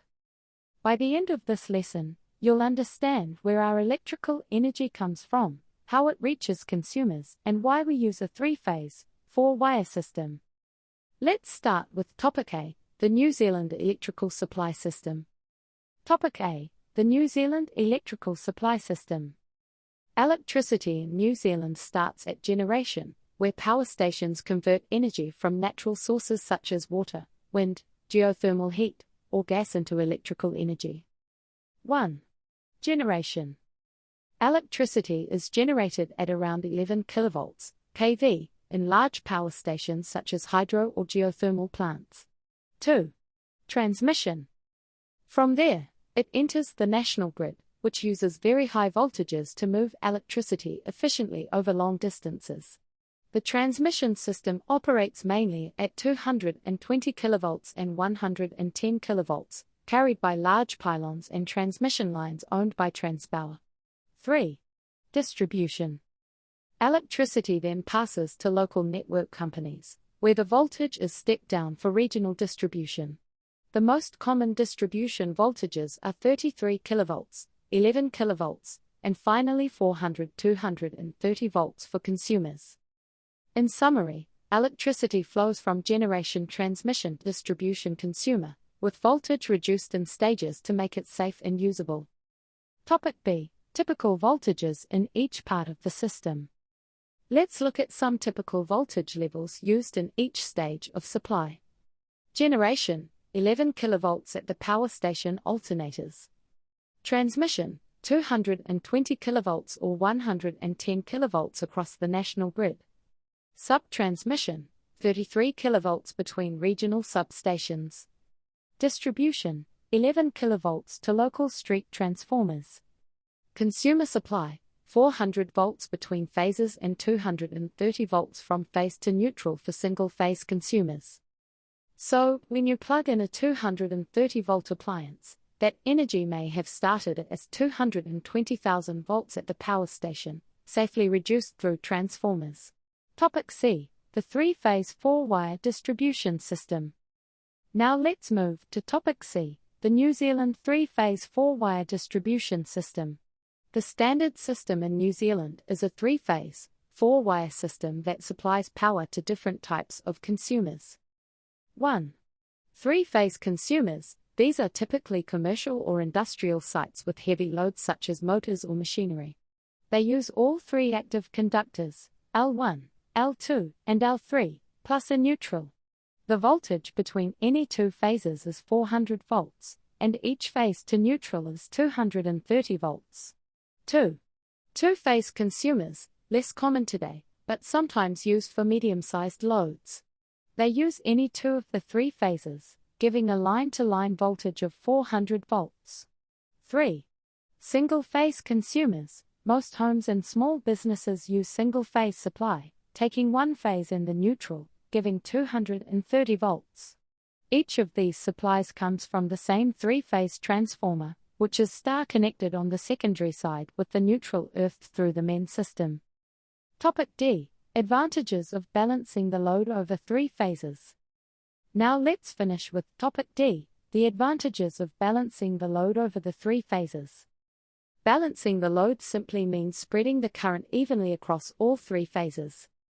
This is important because it 1. Reduces neutral current. If the loads are balanced, the currents in the three phases cancel in the neutral, reducing neutral heating. 2. Improves efficiency. The system operates more efficiently with less voltage drop and energy loss. 3. Prevents overload. Balancing helps prevent one phase from carrying too much current, which could trip breakers or blow fuses. 4. Improves voltage stability. Balanced loads keep voltage levels steady across the network. So, in spoken summary, when each phase carries a similar load, the system runs cooler, safer, and more efficiently. Summary. Let's recap Topic 8.9, Systems of Supply. We learned that electricity is generated at about 11 kV, transmitted at 220 or 110 kV, distributed at 33 and 11 kV, and delivered to consumers at 400-230 volts. The New Zealand system uses a three-phase, four-wire arrangement to supply single-phase, two-phase, and three-phase consumers. Balancing the load across phases improves efficiency, reduces losses, and keeps the system stable. That's the end of Topic 8.9, Systems of Supply. In our next lesson, we'll move on to Topic 8.10, Multiple Earth Neutral System, where we'll see how earthing and bonding keep these supply systems electrically safe for everyone. Welcome to this EWRB Electrical Service Technician Training course. I'm Aria, an electrical tutor working with Whit Roy. In this course, I'll guide you through all the topics covered in the EWRB Electrical Service Technician Exam Teaching Guidelines. Welcome back. In our last lesson, we looked at systems of supply, how electricity is generated, transmitted, and distributed across New Zealand, and how a three-phase, four-wire system delivers power to homes and businesses. Now, we'll move on to the multiple earth neutral system, commonly known as the MEN system. This is the standard earthing method used in New Zealand's low-voltage supply network, and it's one of the most important safety features in our entire electrical system. Let's begin with Topic A, how the MEN system is configured. Topic A, how the MEN system is configured. In New Zealand, the MEN system is used for low-voltage supplies up to 230-400 volts. It combines the neutral conductor and the earth system so they work together to ensure fast disconnection of faults. Here's how it's arranged. The supply transformer has its neutral point earth. The neutral conductor from the transformer runs to the consumer's installation. At the main switchboard, the neutral bar is connected to an earth electrode. This is called the MEN link. So, in simple terms, the neutral is earthed at the transformer and again at each installation. This creates a network of multiple earth connections, hence the name multiple earth neutral. Topic B, why the neutral is earthed at multiple points. The neutral is earthed at many points in the supply to make the system safer and more reliable. By having several earthing points, we keep the neutral to earth voltage very low, reduce the risk of a broken neutral becoming dangerous, and ensure the voltage between any exposed metalwork and true earth never rises too high. If the neutral were only earthed at one point, a fault anywhere along the line could make the whole neutral system rise to live potential. So, multiple earthing adds redundancy and stability. Topic C, purpose of the MEN system. The main purpose of the MEN system can be summed up in 3 points. 1. Maintaining a low impedance path between the neutral and earth. This ensures that if a fault occurs, fault current can flow quickly back to the source. 2. Rapid disconnection of the supply under fault conditions. Because of the low impedance path, protective devices like fuses or circuit breakers operate instantly when a fault occurs. 3. Limiting the voltage rise to earth. The MEN system ensures the voltage of exposed metal parts never exceeds about 230 volts to earth during a fault. In short, the MEN system allows faults to clear fast and keeps touch voltages low. Topic D, importance of reliable low-resistance earth circuits. Now let's move to Topic D, reliable low-resistance earth circuits. For the MEN system to work correctly, both the protective earth conductor and the bonding conductors must have low resistance. Low resistance ensures that enough current flows during a fault to operate the protective device, usually within 0.4 seconds for socket outlet circuits. If the earth path becomes high in resistance due to loose connections, corrosion, or undersized cables, fault current may not be high enough to trip the circuit breaker. That means the exposed metal parts could remain live, creating a shock hazard. So, always make sure earth and bonding connections are clean, tight, and continuous. Topic E, dangers of high-resistance earth or bonding connections. If there's a high resistance in the earth or bonding conductors, serious problems can occur. During a fault, less current flows back to the supply, so protective devices might not operate at all. The result can be dangerous touch voltages on appliance frames or switchboard panels. For example, a loose earth connection on a washing machine could make the metal body live at 230 volts, but the breaker wouldn't trip because the fault current is too small. That's why regular inspection and testing of earth continuity is essential for all installations. Topic F, implications of a missing MEN link. Now, Topic F. The effects of a missing MEN link. The MEN link connects the neutral bar to the earth bar at the main switchboard. If it's missing, broken, or loose, the system can become extremely dangerous. Here's what happens. Fault current can't return properly to the source. The circuit's voltage to earth readings become unstable. Metal parts of appliances or switchboards can become live because the neutral is no longer at earth potential. With no MEN link, earth fault loop impedance increases, which delays or prevents the circuit breaker from tripping. Always check the MEN link during testing, it's small but vital for safety. Topic G, distribution type systems. Finally, let's look at Topic G, Distribution-type systems. Sometimes, alternative supply systems like generators or UPS units are connected downstream of an main installation. When this happens, we must ensure the neutral and earth relationship stays correct. A generator connected downstream must have its own neutral earth bond or follow the existing main arrangement, never both, or it will cause circulating currents and unsafe voltages. In short, when connecting alternative supplies, always check how the main link and neutral are managed. Summary. Let's summarize topic 8.10, Multiple Earth Neutral System.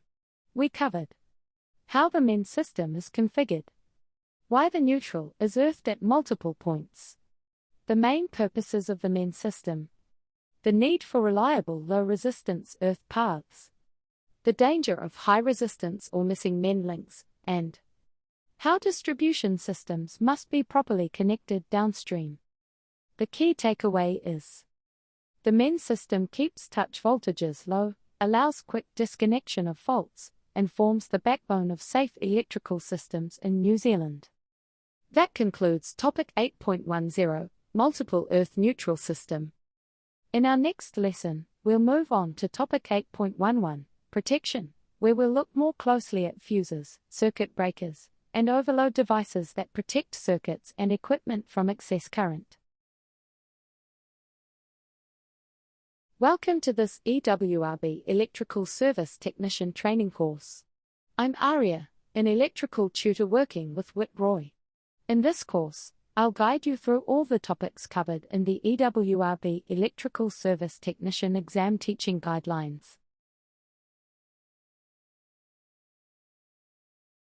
Welcome back. Today we're learning about protection, which is all about preventing damage to cables, equipment, and people from excessive current.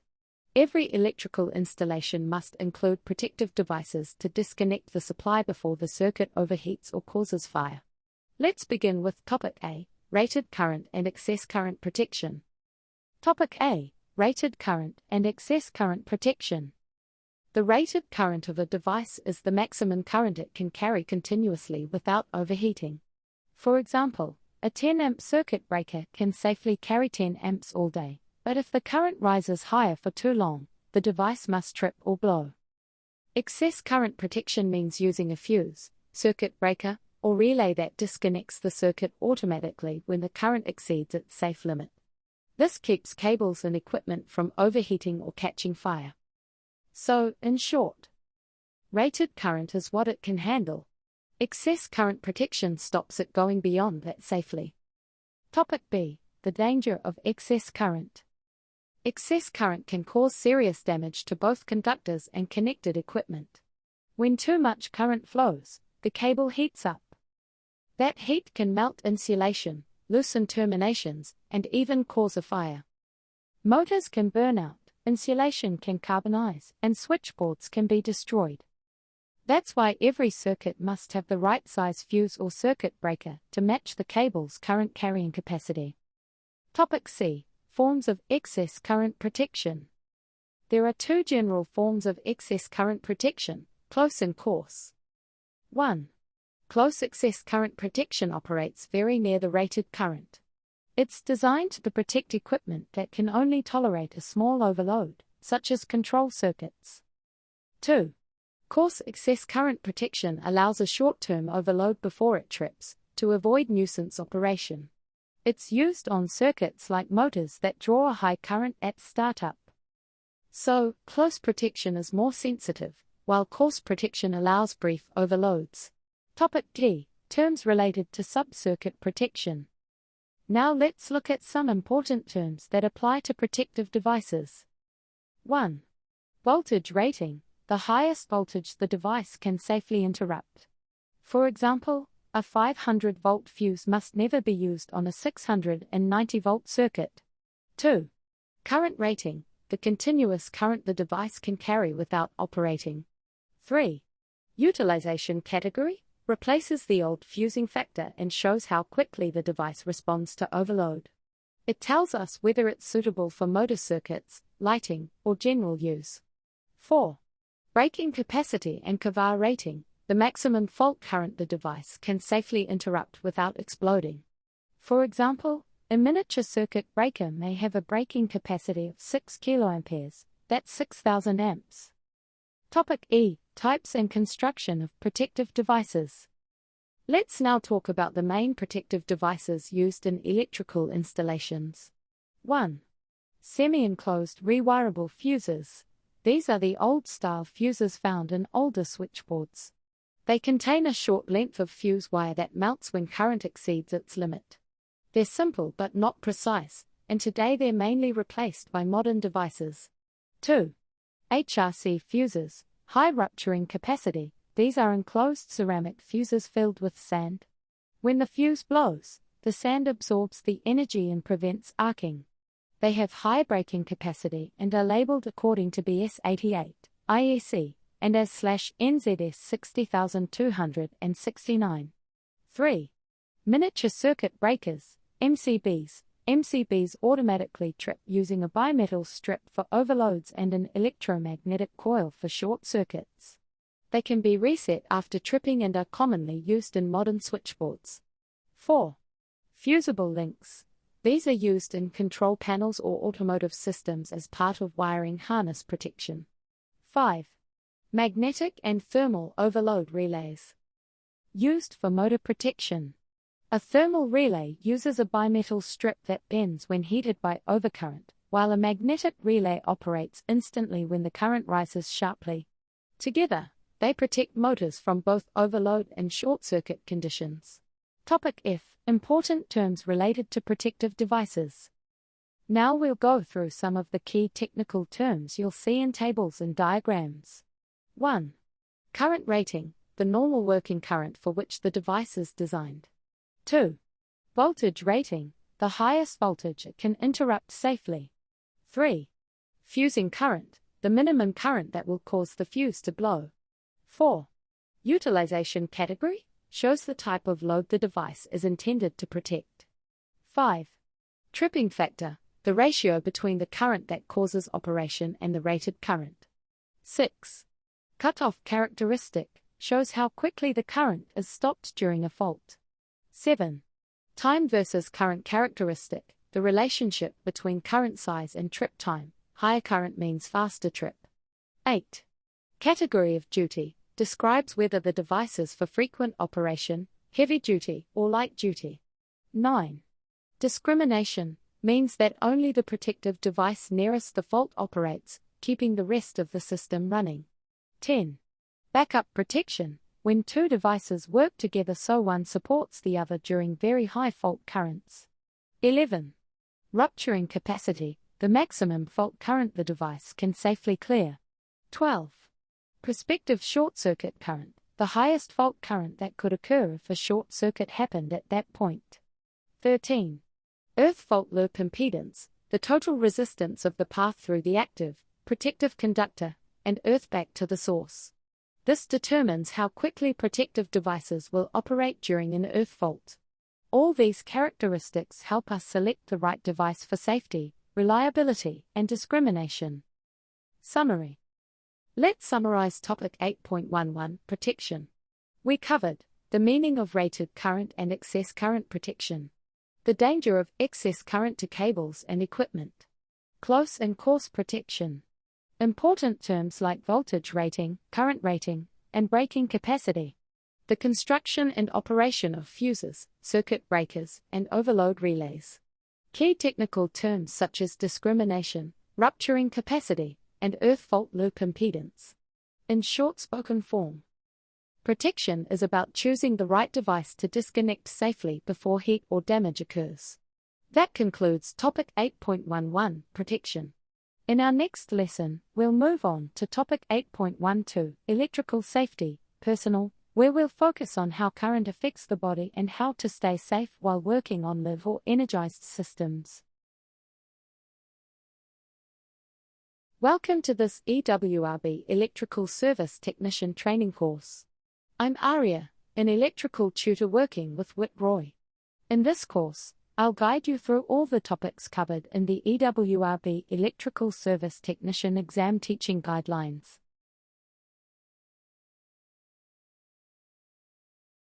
Welcome back.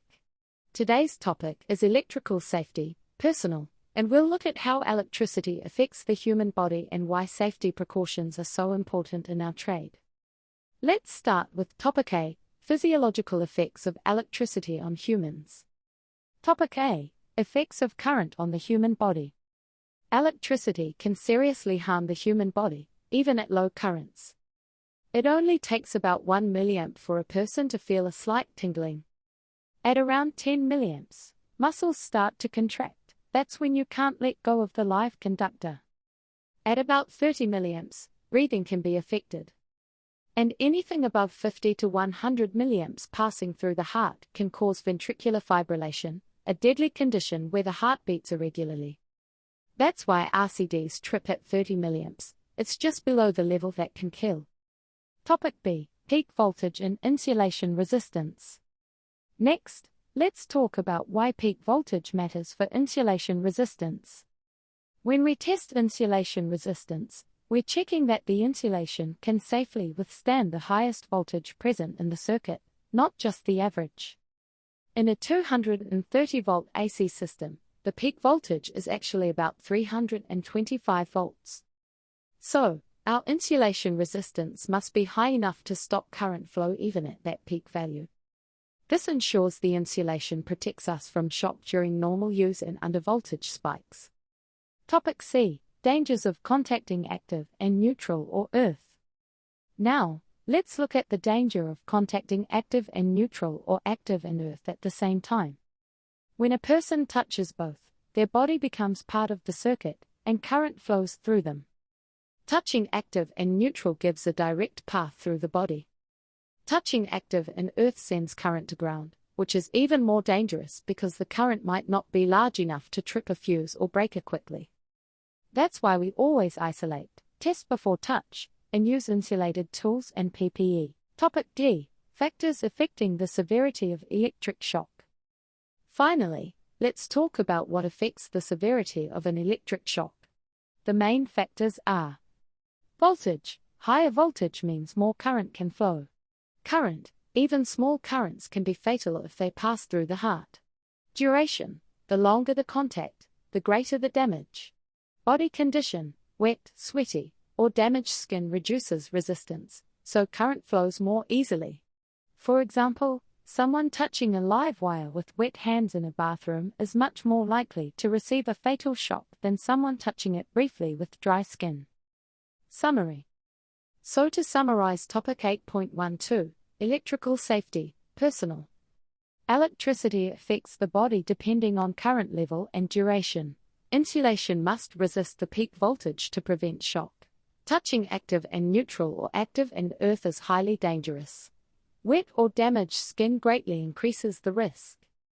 That's why we always say, isolate, test, and protect every time. This concludes Topic 8.12. Electrical safety, personal. Next, we'll move on to Topic 8.13, personal protection devices, where we'll learn how RCDs and isolating transformers help prevent electric shock. Welcome to this EWRB Electrical Service Technician Training course. I'm Aria, an electrical tutor working with Whit Roy. In this course, I'll guide you through all the topics covered in the EWRB Electrical Service Technician Exam Teaching Guidelines. Welcome back.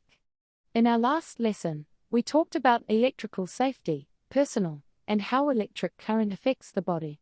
Now we'll look at how we can protect ourselves using personal protection devices. These devices are designed to protect people, not just wiring. Fuses and circuit breakers protect equipment, but they don't stop small leakage currents that can harm you. That's where residual current devices and isolating transformers come in. They detect faults or isolate the supply to prevent electric shock. Let's start with residual current devices, or RCDs, and see how they keep us safe. Let's begin with Topic A. Topic A, purpose of RCDs. RCDs provide supplementary protection to users of electrical appliances and equipment.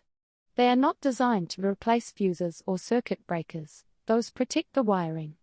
Instead, RCDs protect people by disconnecting the circuit when even a small current leaks to earth. Think of it this way: if someone touches a live conductor while standing on the ground, a few tens of milliamps can flow through their body. The RCD senses this imbalance between the active and neutral conductors and trips in milliseconds, cutting off the supply before serious injury occurs. Topic B. Tripping current and operating times. Regulation 20. Under Regulation 20 of the Electricity Safety Regulations 2010, an RCD used for personal protection must trip at no more than 30 milliamps and operate within 300 milliseconds. Some special RCDs trip faster or at lower current levels. 10 milliamp RCDs are used where there's a higher risk, such as in childcare centers or medical rooms. These timing and current limits are tested to make sure the RCD will protect the user before an electric shock becomes harmful. Topic C. Type of RCD required in New Zealand. In New Zealand, all RCDs installed for shock protection must be Type A as specified in S/NZS 3190 and S/NZS 3000 Clause 2.6.1. Type A RCDs detect both pure AC fault currents and pulsating DC currents, which can occur from electronic loads like washing machines or LED drivers. Older Type AC RCDs only detect pure AC and are no longer acceptable for personal protection in new installations. So, when fitting or testing RCDs, always check the label. It must show Type A. Topic D. Operating principle of an RCD. Let's now talk about how an RCD actually works. Inside the RCD there's a small current transformer with both the active and neutral conductors passing through it. Under normal conditions, the current going out on the active equals the current returning on the neutral. The magnetic fields cancel each other, and the RCD stays on. If any current leaks to earth, say through a faulty appliance or a person, the balance is lost. That imbalance induces a voltage in the sensing coil, which triggers a relay to open the contacts and disconnect the circuit. It all happens in a fraction of a second. You can think of it as a difference detector that constantly compares what goes out with what comes back. Topic E. Different types of RCDs. Now let's move to Topic E. The different types of RCDs you'll encounter. There are several, each with slightly different purposes. 1. RCCB, Residual Current Circuit Breaker, provides earth leakage protection only. It doesn't include overcurrent protection, so it must be used with a circuit breaker or fuse. 2. RCBO, Residual Current Circuit Breaker with Overcurrent Protection, combines both RCD and MCB functions in one device. It trips on both earth fault and overcurrent, common in modern switchboards. 3. SRCD, Socket Residual Current Device, a socket outlet with a built-in RCD. It gives portable protection for specific outlets. 4. PRCD, Portable Residual Current Device, a plug-in RCD used on portable equipment, for example, on construction sites or with outdoor tools. We also classify RCDs by how they are powered.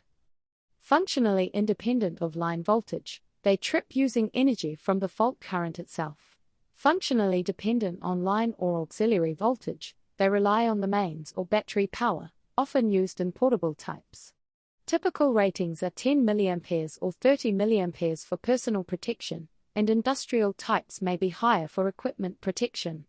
And finally, RCDs can be classified by DC component sensitivity, Type A, Type F, or Type B, depending on whether they detect pure AC, pulsating DC, or smooth DC fault currents. Topic F. RCDs and protection in S/NZS 3000. Under S/NZS 3000 Section 2.6, RCDs are part of the requirements for protection against electric shock. They provide supplementary protection in addition to basic insulation, barriers, and equipotential bonding. In damp or wet areas, RCDs are often the last line of defense when a person accidentally contacts live parts. That's why every socket outlet rated less than or equal to 20 amps must be RCD protected at 30 mA. Lighting and fan circuits in bathrooms must also be RCD protected. So remember the spoken rule. Water, people, and electricity never mix, so RCDs are always required. Topic G. RCDs for handheld appliances. Now for topic G. RCDs used with handheld appliances. Handheld tools like drills, grinders, and extension leads are high risk because the user's body completes the path to Earth. Portable RCDs, PRCDs, are used for this reason. When plugged between the supply and the tool, the RCD trips instantly if any current leaks through the user. For example, a PRCD plugged into a portable lead on a building site must trip within 300 milliseconds at 30 mA, or faster if 10 mA rated. Topic H. 10 mA RCDs for special areas. Now let's discuss 10 mA RCDs. According to AS/NZS 3000 Clause 2.6.1, 10 mA RCDs are required in areas of increased risk, for instance, rooms used by children, medical or laboratory areas, and places where people may be in contact with water and earth metal at the same time. The lower trip current provides extra protection because young people and patients are more sensitive to electric shock. Topic I. Testing RCDs. Practical procedure. Now let's finish the RCD section with testing. RCDs must be tested to confirm compliance with Regulation 20 and AS/NZS 3017 procedures. Here's how we do it in spoken step-by-step form. 1.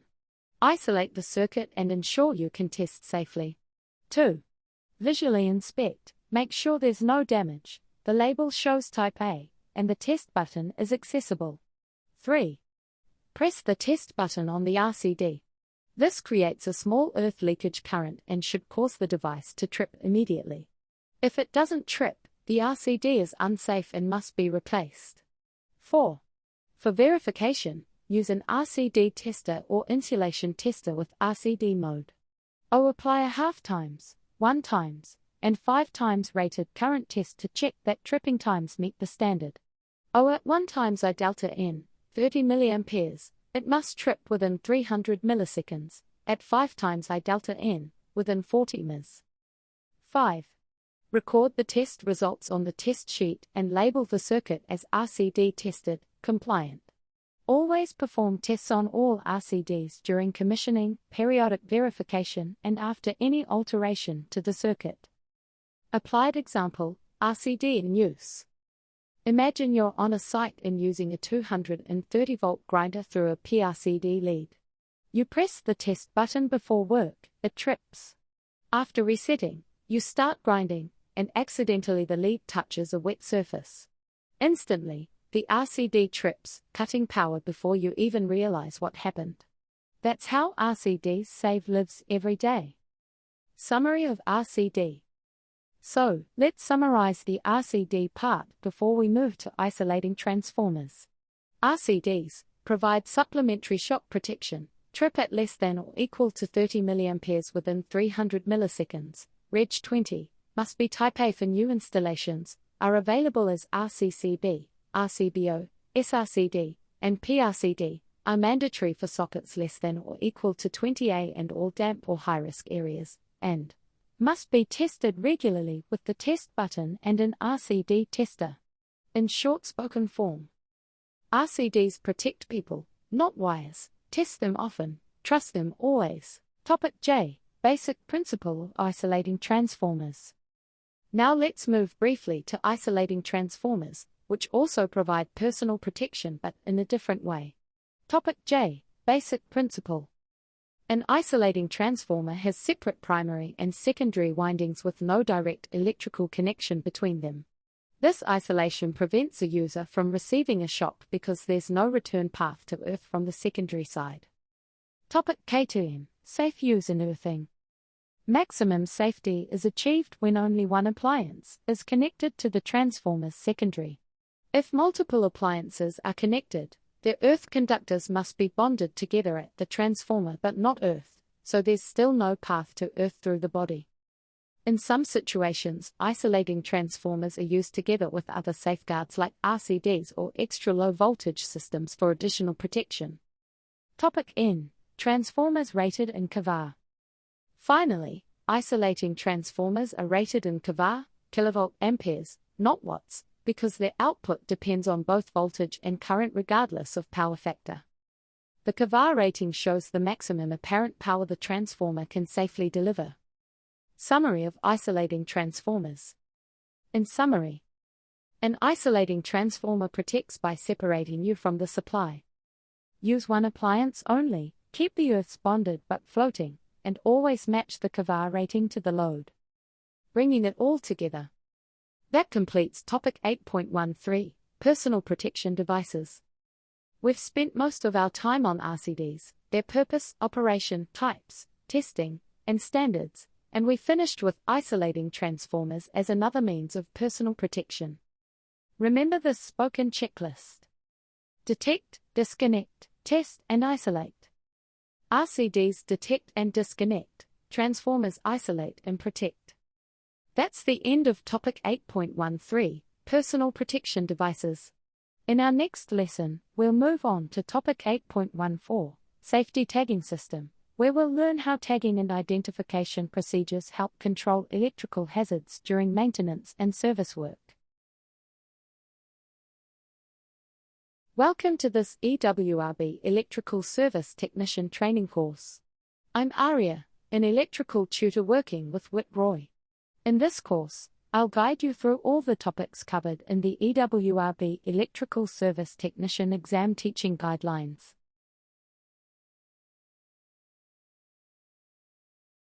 Welcome back. In our previous lesson we talked about personal protection devices, RCDs, double insulation, and other methods that safeguard people from electric shock.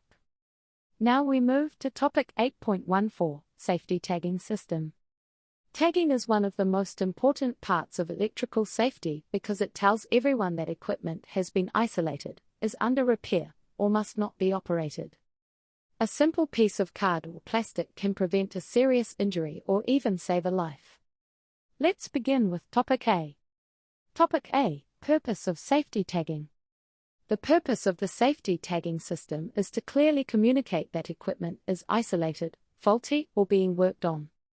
Tags act as visible warnings to everyone who might operate switches or equipment. Under S/NZS 4836, a tag must always be used together with a lock or isolation device when someone is working on electrical equipment. This is part of the lockout-tagout procedure you learned earlier. A tag is not just a piece of paper, it's a legal warning that says do not operate this equipment until it is safe. Topic B. Types of safety tags. Now let's move to Topic B, the types of tags. There are two main types used in electrical work: danger tags and out-of-service tags. Let's speak through the difference carefully so you can visualize each one. A danger tag is used when someone is working on live or isolated equipment and must not have that equipment energized under any circumstance. The danger tag carries the person's name, the date, and a message such as "Do not operate, person working on this equipment." It is personal and must only be removed by the person who placed it. An out-of-service tag is different. It's used to show that equipment is faulty, damaged, or awaiting repair, even if no one is currently working on it. It usually says "out of service, do not use." This tag alerts others not to use the equipment until it has been tested and declared safe again. So, in spoken form, danger tags protect people, they say someone is working on the equipment. Out-of-service tags protect equipment, they say the equipment is not fit to use. Topic C. When to use each tag. Now let's move to Topic C. When to use each tag. Use a danger tag whenever you personally isolate and lock out equipment for electrical work. If you are repairing a fault or servicing a machine, place your own danger tag and lock on the switch or circuit breaker. Only you can remove it. Use an out-of-service tag when you find equipment that is unsafe or damaged but you're not working on it immediately. For example, if you find a portable lead with a melted plug, Tag it as out of service so no one else uses it before it's tested. Both tags must be durable, legible, and weather resistant so they can be read clearly at all times. Topic D. Information required on tags. Now let's move to Topic D. What information goes on a tag? Each tag should include the person's name, their contact number or work ID, the date and time it was attached, the reason for isolation or fault, and a clear warning message like "Do not operate." The writing must be permanent, using a marker that doesn't fade or smudge. Remember, a tag without a name and date has no authority. Topic E. Responsibilities of workers and supervisors. Now let's talk about Topic E. Responsibilities. The person who places the danger tag is responsible for their own safety. Only that person can remove their tag. If more than one person is working on the same equipment, each worker must attach their own tag in their own lock. The supervisor is responsible for checking that all tags are removed before re-energizing the equipment and that records of tag placement and removal are kept. This ensures no one is left at risk when the power is turned back on. Topic F. Step-by-step tagging procedure. Now for Topic F, let's go through the spoken step-by-step procedure for applying and removing tags. Step 1. Identify the equipment to be isolated and make sure you have the correct circuit. Step 2. Isolate the supply by turning off the switch or removing the fuse. Step 3. Lock it out using your own padlock or hasp. Step 4. Attach your danger tag to the isolation point so it's clearly visible. Write your name, date, and contact information on the tag. Step 5. Test the circuit to prove it's de-energized using the prove, test, prove method. Step 6. Carry out the work safely. Step 7. When the work is finished, check the area, remove your lock and tag, and notify the supervisor that the equipment is ready to be re-energized. If more than one person is working on the same equipment, use a multi-hasp so everyone can attach their own lock and tag. The equipment must remain isolated until the last lock and tag are removed.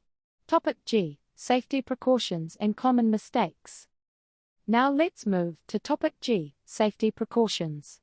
Never operate, move, or remove a tag placed by someone else. Never re-energize a circuit that has a danger tag attached. If a tag becomes damaged or illegible, replace it immediately with a new one showing the same information. Common mistakes include using tags without locks, forgetting to write the date, or leaving tags in place after work is complete. Each of these errors can create confusion and serious safety risks. Always remember that a tag is a form of control. It communicates safety status to everyone around you. Applied example, tagging a faulty air conditioning unit. Let's finish with a practical example. Imagine you are called to service a faulty air conditioning unit on the roof of a building. You locate the circuit breaker feeding the unit in the main switchboard. You switch it off, lock it with your padlock, and attach a danger tag showing your name and date. Then you test the circuit at the unit to prove it's de-energized before starting repairs. While working, another technician arrives to check the same system. They see your danger tag and know not to operate the switch, so you stay safe. When you've completed the repair and tested the unit, you remove your lock and tag and inform the supervisor that it's ready for service. That's a simple but powerful system, and it's required practice under AS/NZS 4836. Bringing it all together. Let's summarize Topic 8.14, Safety Tagging System. We started with the purpose of tagging, to warn others and prevent accidental operation of equipment. We compared danger tags and out-of-service tags and explained when to use each one. We covered the information required on a tag, the responsibilities of workers and supervisors, and the correct procedure for applying and removing tags. Finally, we looked at a real-life example of tagging a faulty air conditioning unit to keep everyone safe. Summary. To wrap up, tags communicate safety status clearly. Danger tags protect people. They say someone is working on the equipment. Out-of-service tags protect equipment. They say it's not fit for use. Always use tags together with locks. Only the person who placed a danger tag can remove it. keep records and replace damaged tags immediately. That concludes topic 8.14, Safety Tagging System. In our next lesson, we'll move on to topic 8.15, Legislative Requirements for Workplace Safety, where we'll explore the laws and regulations that govern electrical safety in New Zealand workplaces, including your duties under the Electricity Safety Regulations 2010 and the Health and Safety at Work Act. Welcome to this EWRB Electrical Service Technician Training course. I'm Aria, an electrical tutor working with Whit Roy. In this course, I'll guide you through all the topics covered in the EWRB Electrical Service Technician Exam Teaching Guidelines.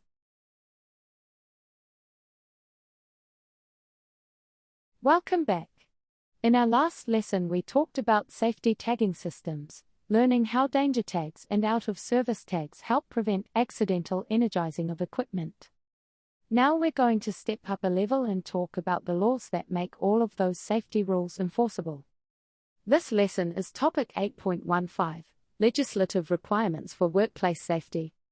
We'll focus on just two key responsibilities. First, what the employer or PCBU must do, and second, what you as a worker must do. Let's begin with topic A, Employer Responsibilities. Topic A, Employer or PCBU Responsibilities. Under the Health and Safety at Work Act 2015, every employer, legally called a PCBU, or person conducting a business or undertaking, has a duty to keep workers safe. That includes providing personal protective equipment, or PPE, whenever there is a risk that cannot be completely removed by other controls. The law says the PCBU must supply PPE at no cost to the worker. You cannot be asked to pay for it, even partly, and you cannot be told to bring your own as a condition of employment. The employer must also make sure the PPE is suitable for the work, fits comfortably, works properly, and is maintained, repaired, and replaced when worn or damaged. They must also train you on how to wear, use, and look after it, and make sure visitors and volunteers are given PPE too. In short, the employer must provide, pay for, and maintain PPE, and ensure everyone knows how to use it safely. Topic B, Employee Responsibilities. Now let's look at topic B, Employee Responsibilities. As a worker, you also have duties under the Act.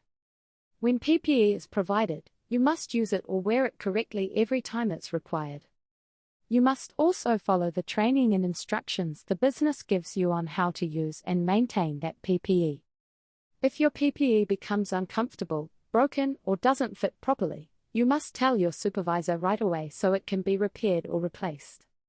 You can choose to supply your own PPE, but only if you genuinely want to, and it still has to meet the same safety standard as the company-supplied gear.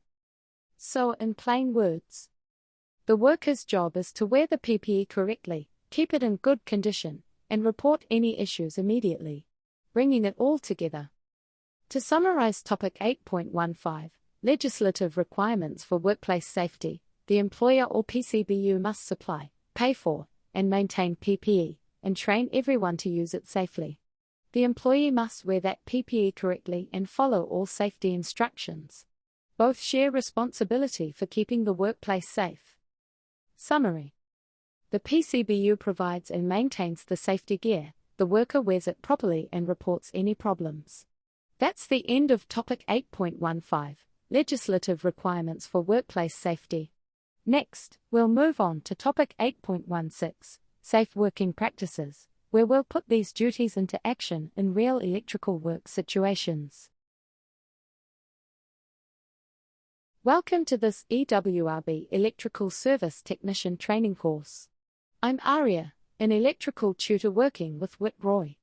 In this course, I'll guide you through all the topics covered in the EWRB Electrical Service Technician Exam Teaching Guidelines. Welcome back. In our previous lesson we looked at the legislative requirements for workplace safety, learning how the law, the EST, and the Health and Safety at Work Act guide everything we do. Now we're going to turn that law into action. Today's lesson is topic 8.16, Safe Working Practices. This topic is about how you carry out electrical work safely, step by step, from planning the job to testing it before energizing.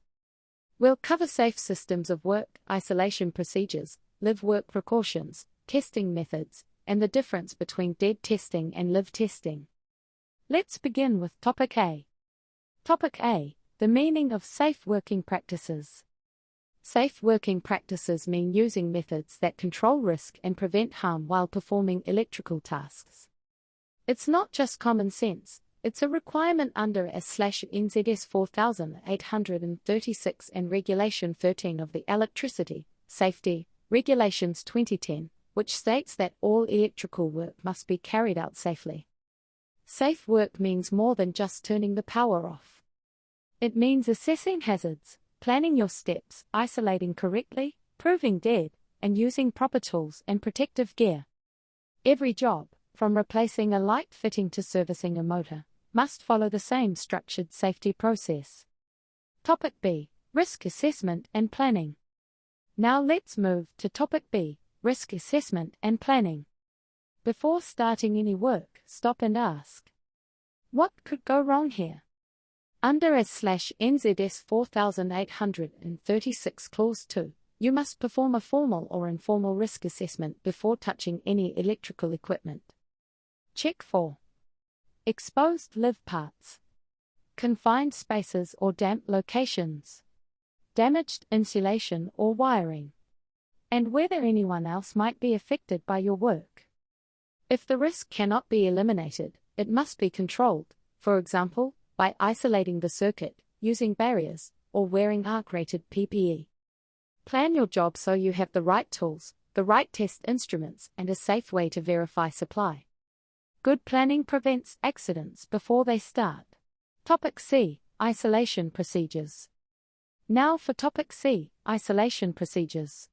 Isolation means physically disconnecting the electrical supply so no current can flow while work is being carried out. This is one of the most important safe work steps in ES/NZS 3017 Clause 2.2. Let's go through the spoken sequence for isolation. 1. Identify the correct circuit or equipment to be worked on. 2. Isolate the supply by switching off or removing the appropriate fuse or circuit breaker. 3. Lock out the isolation point using a padlock or hasp, one lock per worker. 4. Tag the point with your name, date, and warning message, do not operate, person working on this equipment. 5. Prove dead by testing that all conductors are de-energized using an approved tester. 6. Carry out the work safely. 7. Retest before re-energizing to confirm everything is safe. Never rely on someone else's word that a circuit is isolated, always verify it yourself. Topic D, Test before touch. Now let's move to Topic D, Test before touch. This phrase is the golden rule of electrical safety.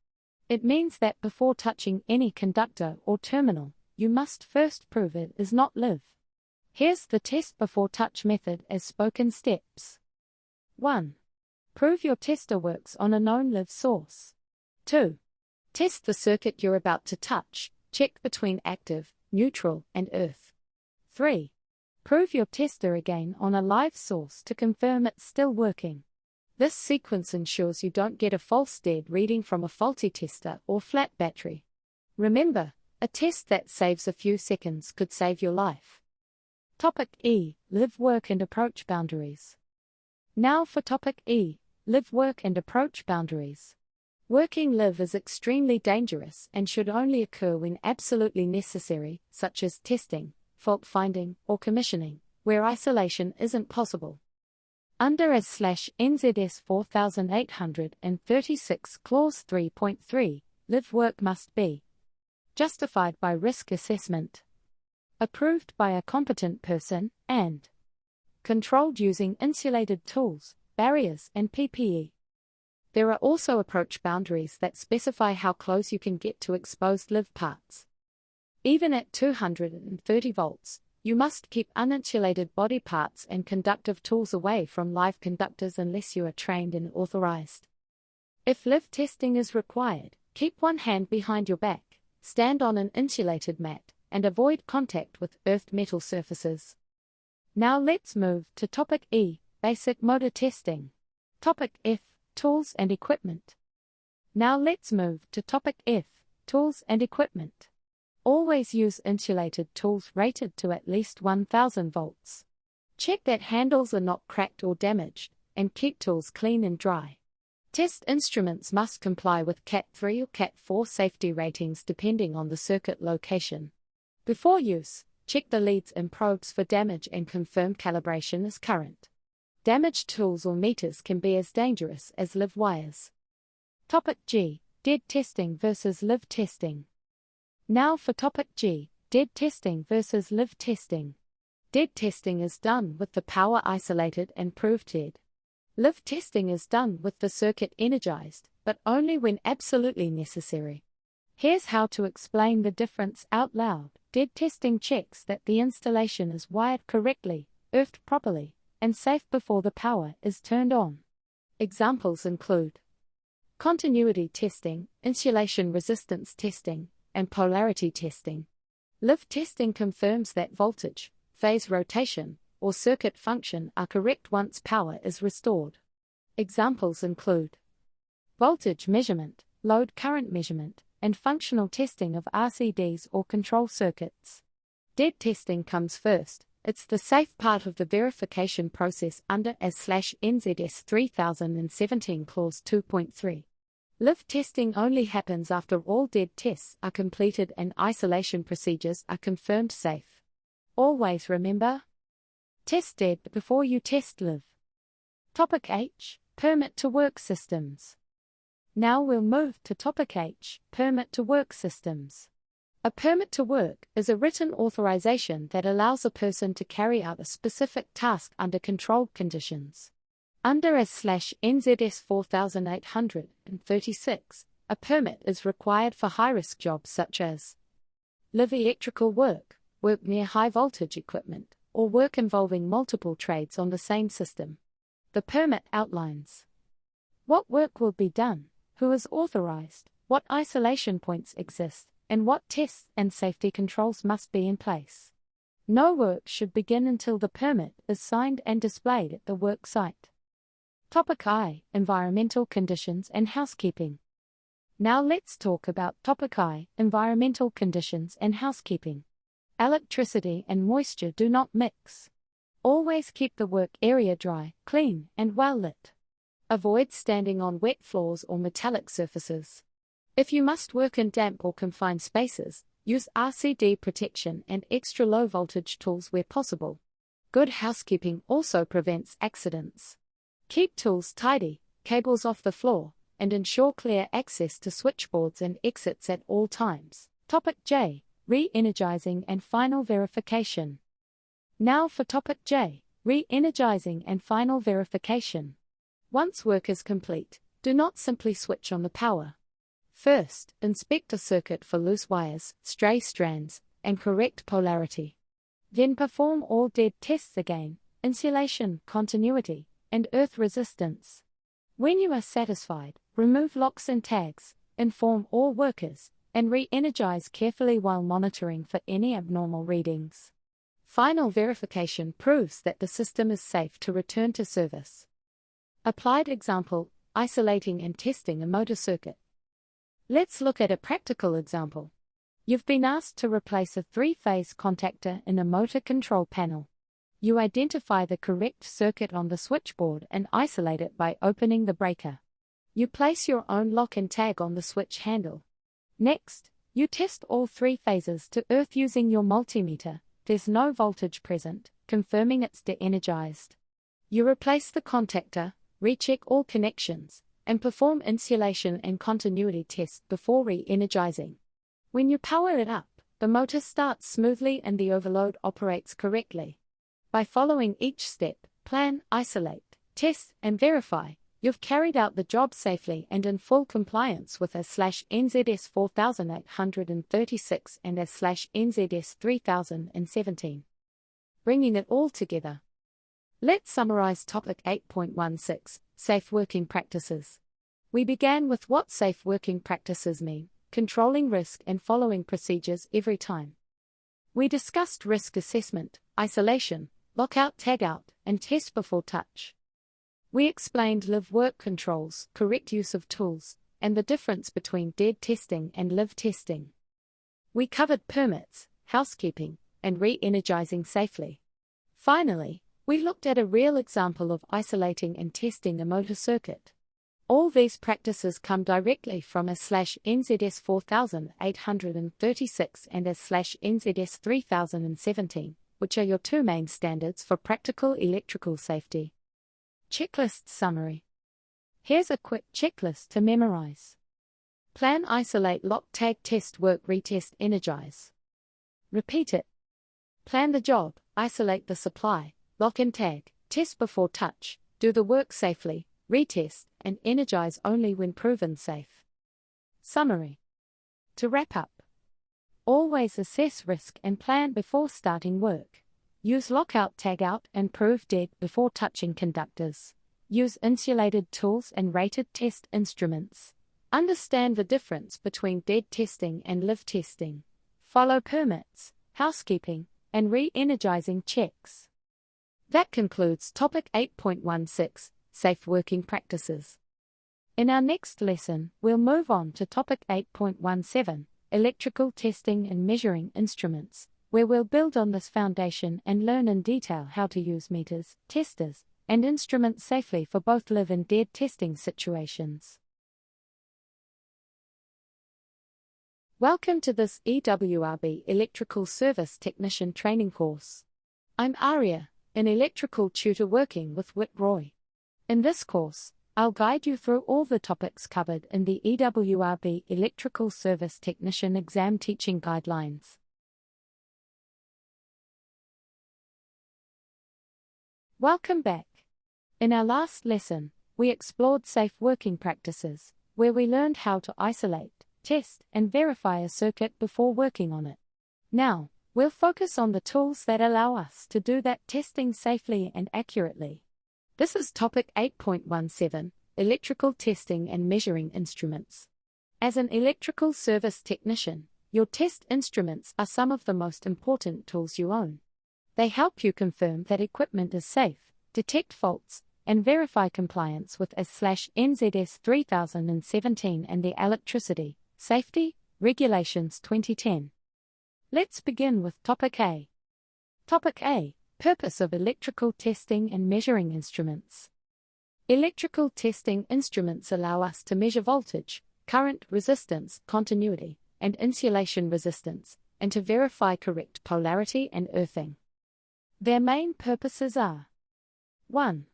To confirm that circuits are correctly wired and safe to energize. 2.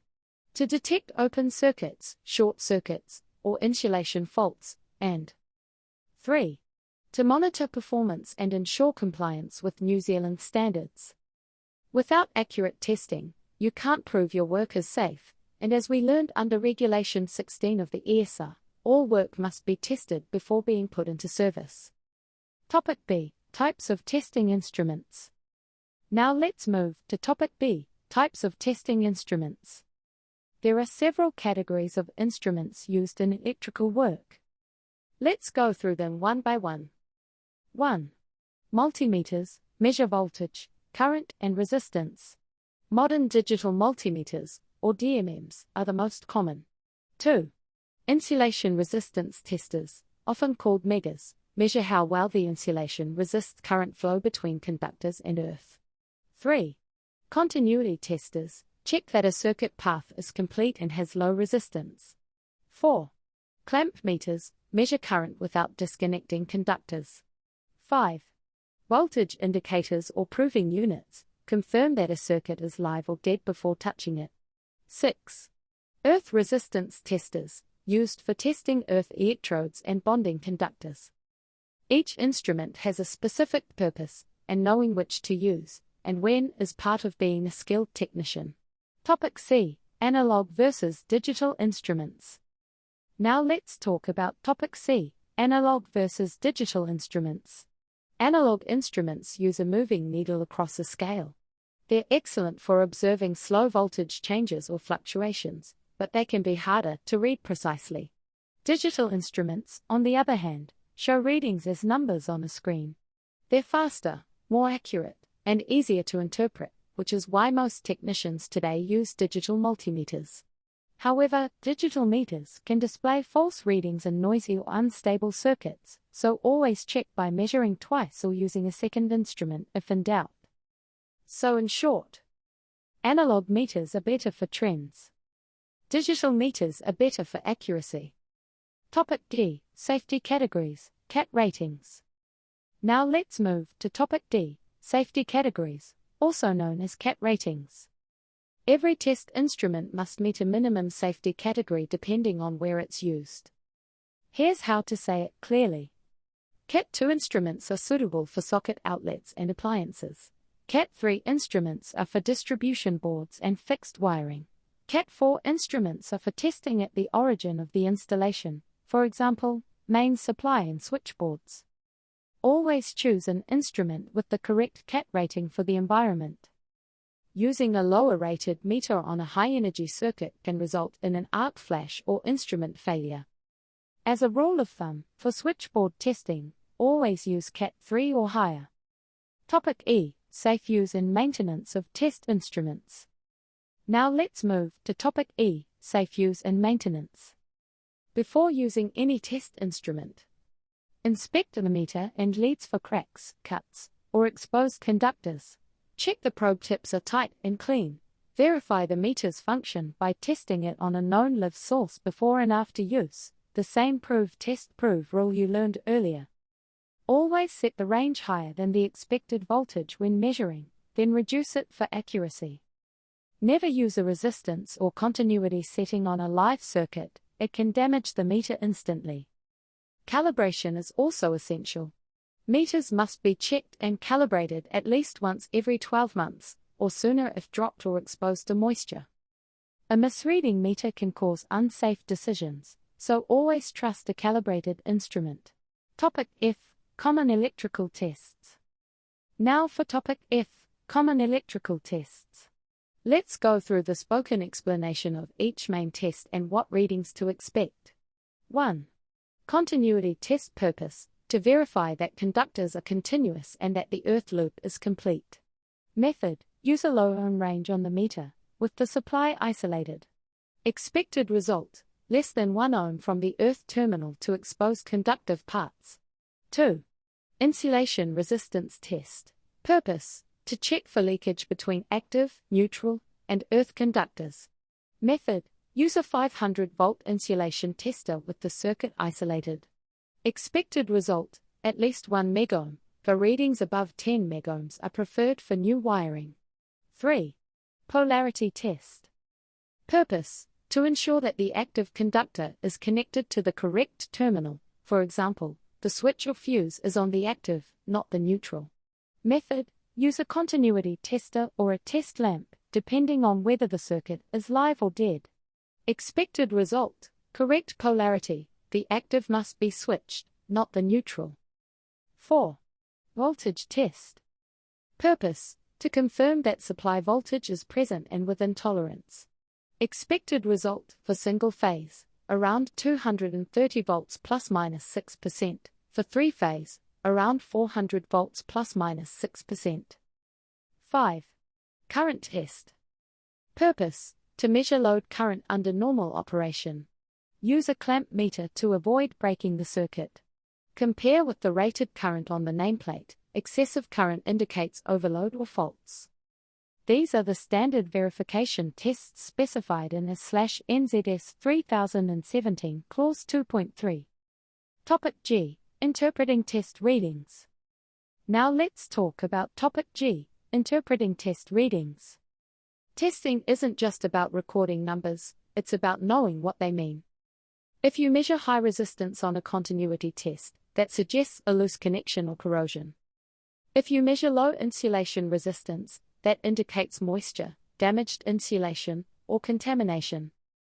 A supply voltage significantly below 230 volts can suggest a voltage drop due to undersized conductors or a bad joint. A current reading above nameplate value indicates overloading or a motor fault. When readings don't make sense, don't ignore them, investigate the cause. Correct interpretation separates a true technician from someone who only uses a meter. Applied example: safe use and maintenance of test instruments. Let's finish with a practical example. You're called to a customer's house because several lights have stopped working after a storm. First, you isolate the lighting circuit at the switchboard and lock it out. Then you perform a continuity test between the neutral bar and the lamp holder neutral, no continuity. That indicates an open circuit neutral. Next, you test insulation resistance between active and earth. It's above 200 megohms, meaning insulation is fine. After checking the fittings, you find a loose neutral in one sealing rose. You re-terminate the connection, test again for continuity, now it's less than 1 ohm. Finally, you re-energize the circuit, measure 230 volts at the lamp holder, and the lights work perfectly. This example shows how electrical testing identifies faults logically and safely, no guessing, no risk. Bringing it all together. Let's summarize topic 8.17, electrical testing and measuring instruments. We began with the purpose of testing, to prove circuits are safe and compliant. We covered different types of instruments and compared analog and digital meters. We explained CAT safety ratings, safe use, calibration, and the standard verification tests. We learned how to interpret readings correctly and applied that knowledge to a real lighting circuit example. Every test result tells a story, and it's your job as a technician to read that story accurately. Checklist summary. Here's a quick checklist to memorize. Inspect, prove, test, record, interpret. Repeat it. Inspect your instrument, prove it works, test the circuit, record the readings, and interpret the results. Summary. To wrap up, always use the correct instrument for the job. Check CAT safety ratings and calibration. Never test a live circuit with a resistance setting. Follow /NZS 3017 test procedures step by step. Understand what your readings mean, they prove safety and compliance. That concludes topic 8.17, electrical testing and measuring instruments. In our next lesson, we'll move on to topic 8.18, electrical appliance testing, where we'll learn how to inspect, test, and tag portable appliances safely in accordance with /NZS 3760, a key skill for every electrical service technician. Welcome to this EWRB Electrical Service Technician Training course. I'm Aria, an electrical tutor working with Whit Roy. In this course, I'll guide you through all the topics covered in the EWRB Electrical Service Technician Exam Teaching Guidelines.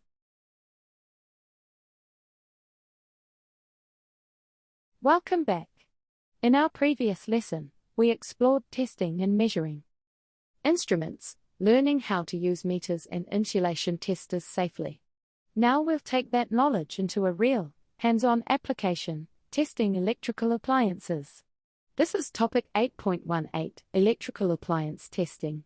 Every service technician must know how to inspect, test, and tag appliances correctly, following /NZS 3760, the New Zealand standard for in-service safety inspection and testing of electrical equipment. Let's begin with Topic A. Topic A, Purpose of Appliance Testing. The purpose of appliance testing is to make sure that any portable or plug-in electrical equipment remains safe to use throughout its service life. Even the best designed appliances can become dangerous over time because of damage, moisture, or wear. Testing checks the integrity of the insulation, the continuity of the earth, and the correct polarity, ensuring the equipment won't give anyone an electric shock or start a fire. Under /NZS 3760 and Regulation 15 of the Electricity, Safety, Regulations 2010, testing is part of maintaining safe workplaces and public environments. Topic B, Classes of Appliances. Now let's move to Topic B, Classes of Appliances. All appliances fall into two main classes, Class I and Class II. Let's speak that clearly. Class I appliances are earthed appliances. They have a metal body connected to the earth pin in the plug. If a fault makes the metal live, current will flow safely to earth and trip the protective device. Examples include kettles, toasters, washing machines, and irons. Class II appliances are double insulated. They don't rely on an earth for protection. Instead, they have 2 layers of insulation or reinforced insulation around all live parts. You can recognize them by the double square symbol on the rating plate. Examples include drills, hairdryers, and phone chargers. So, in spoken summary, Class I uses an earth for protection. Class II uses insulation for protection. Topic C. Visual inspection. Now let's move to Topic C. Visual inspection. Visual inspection is the first and most important step, because most faults are found just by looking.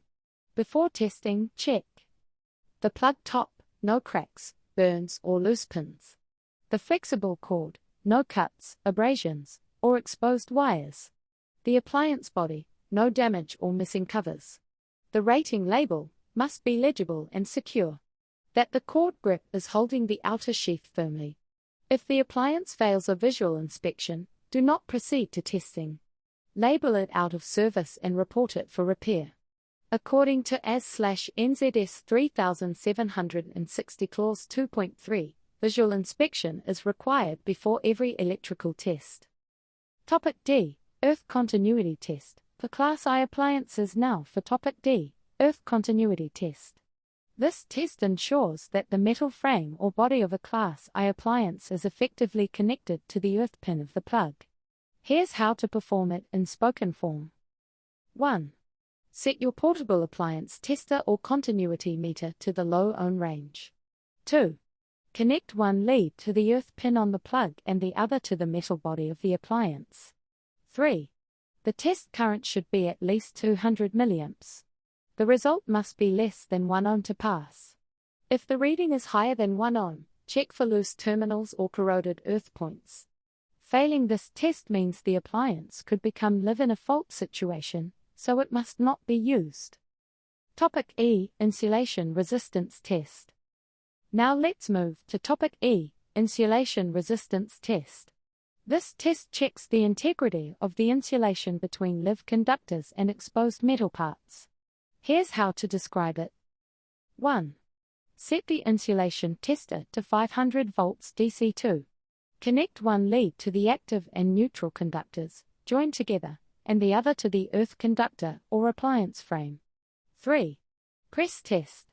For portable appliances, the minimum acceptable reading is 1 megohm. New appliances should show well above 10 megohms. If the reading is below 1 megohm, the insulation is degraded, possibly from moisture, dirt, or heat damage, and the appliance must fail. Always make sure the appliance switch is turned on during this test so that the internal circuits are included. Topic F. Polarity and function test. Now for Topic F. Polarity and function test. Polarity testing ensures that the active, neutral, and earth conductors are connected to the correct pins on the plug and socket. This is especially important for extension leads and detachable cords. A polarity tester checks that active connects to the right-hand slot of the socket, neutral to the left-hand slot, and earth to the top pin. If polarity is reversed, the appliance may appear to work but remain dangerous. For example, the metal body could stay live even when switched off. Always check polarity before returning an appliance to service. Topic G. Testing leads in portable RCDs. Now let's move to Topic G. Testing leads in portable RCDs. Flexible cords, extension leads, and portable RCDs must also be tested under AS/NZS 3760 Clause 2.4.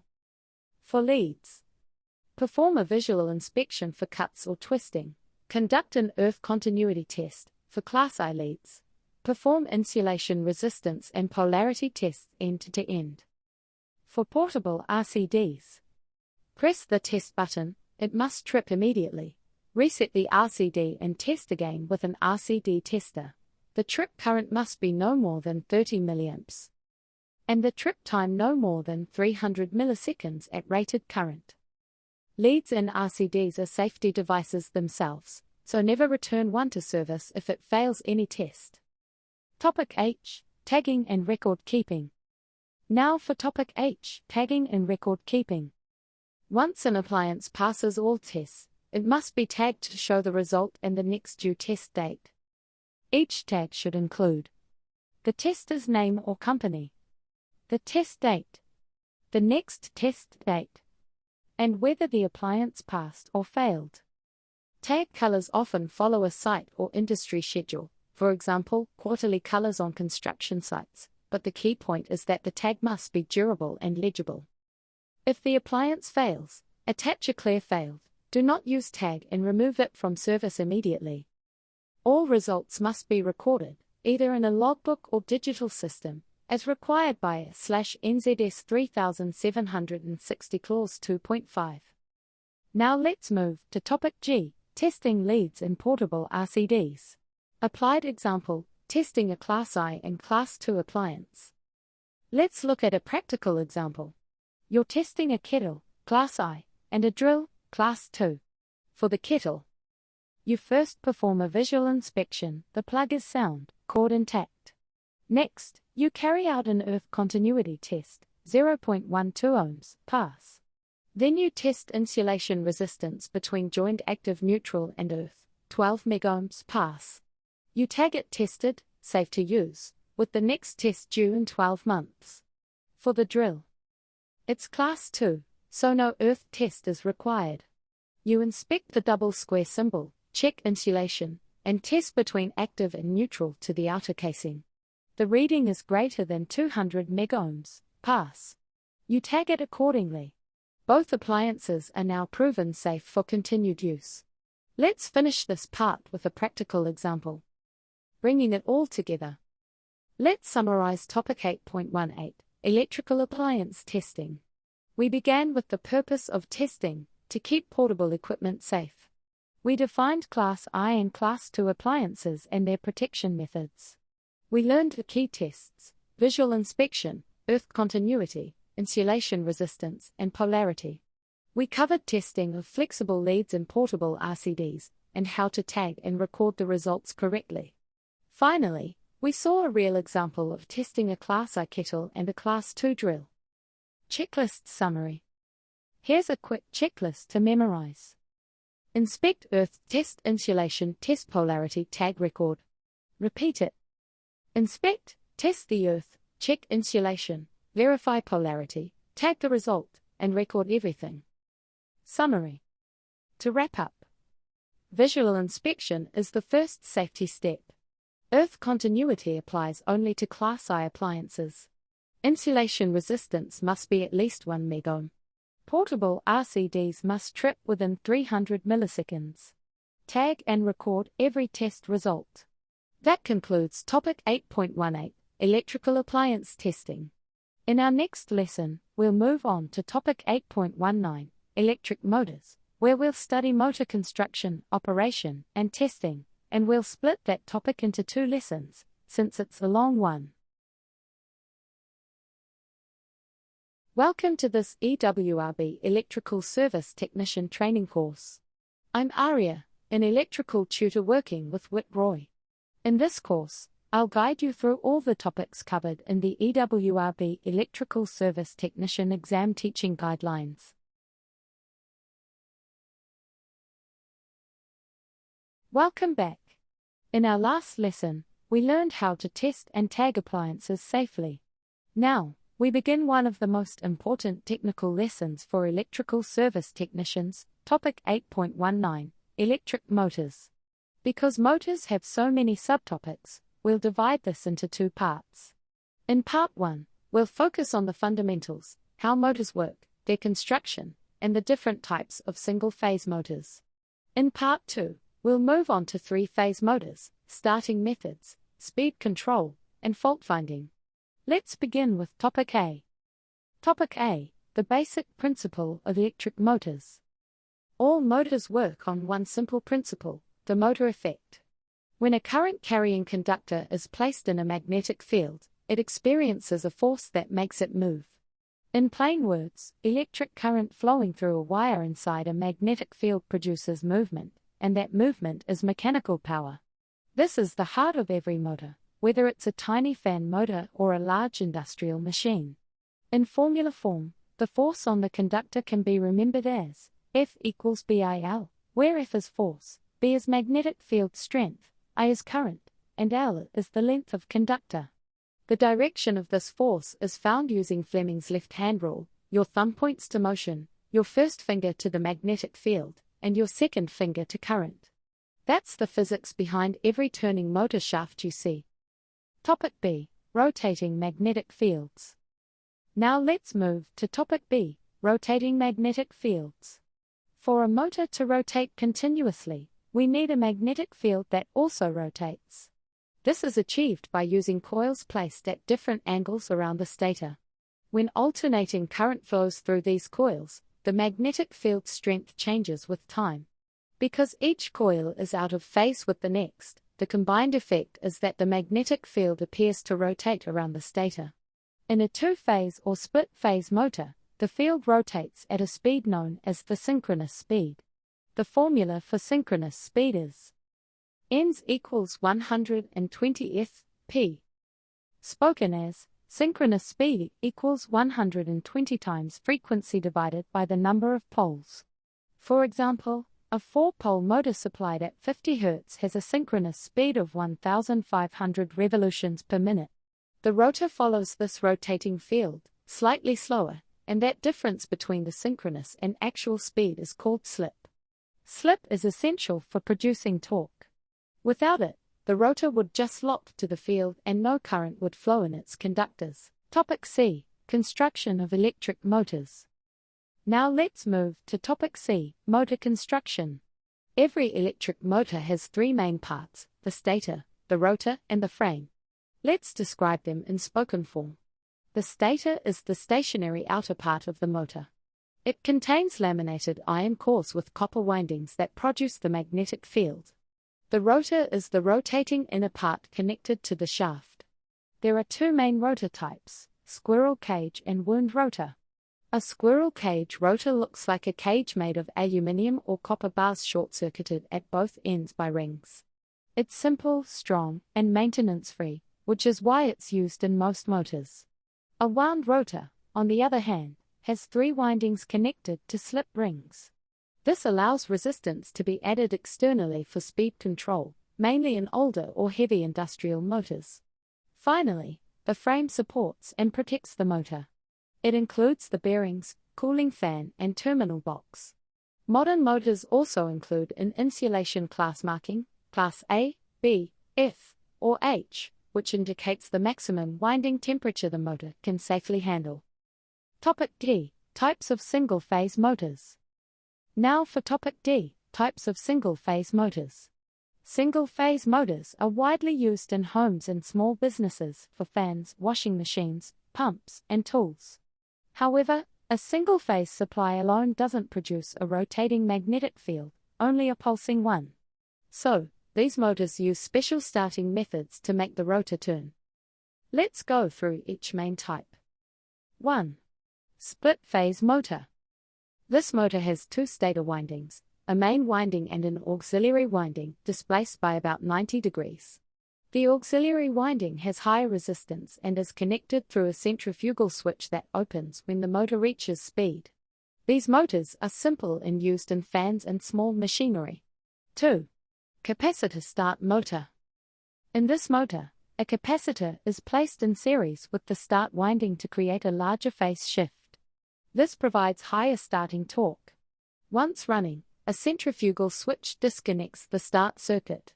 It's ideal for pumps and compressors. 3. Capacitor start capacitor run, CSCR, motor.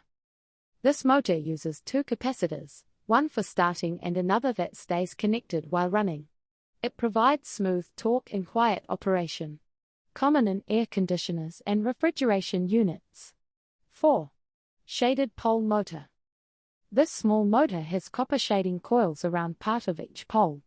The shading coil delays the magnetic field on one side, creating a weak rotating field.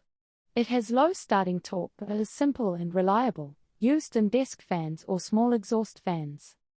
All of these single-phase motor types rely on phase shift or magnetic delay to produce rotation. Topic E. Basic motor testing. Now let's move to Topic E. Basic motor testing. Before energizing any motor, you must carry out dead tests in accordance with AS/NZS 3017 and AS/NZS 1359. The main tests are: 1. Visual inspection. Check for physical damage, overheating, or oil contamination. 2. Continuity test. Confirm each winding has continuity and no open circuits. 3.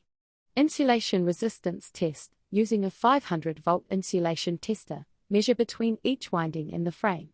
The reading must be at least 1 megohm, but new motors should show over 10 megohms. 4. Winding resistance balance. Compare the resistance of each winding. For example, in a 3-phase motor, the resistances should be within 10% of each other. 5.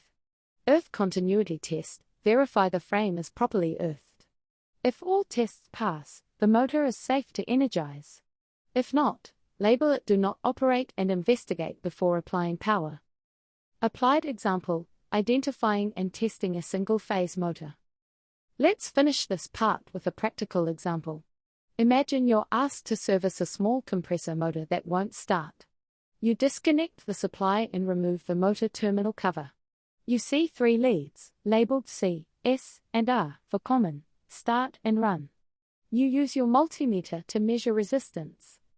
Between C and S you read 10 ohms, between C and A you read 5 ohms, between S and A you read 15 ohms. This confirms the windings are correct. The highest reading, S, R, equals the sum of the 2 smaller ones. Next, you perform an insulation test from each terminal to the frame, all readings above 100 megohms. That means the motor insulation is good.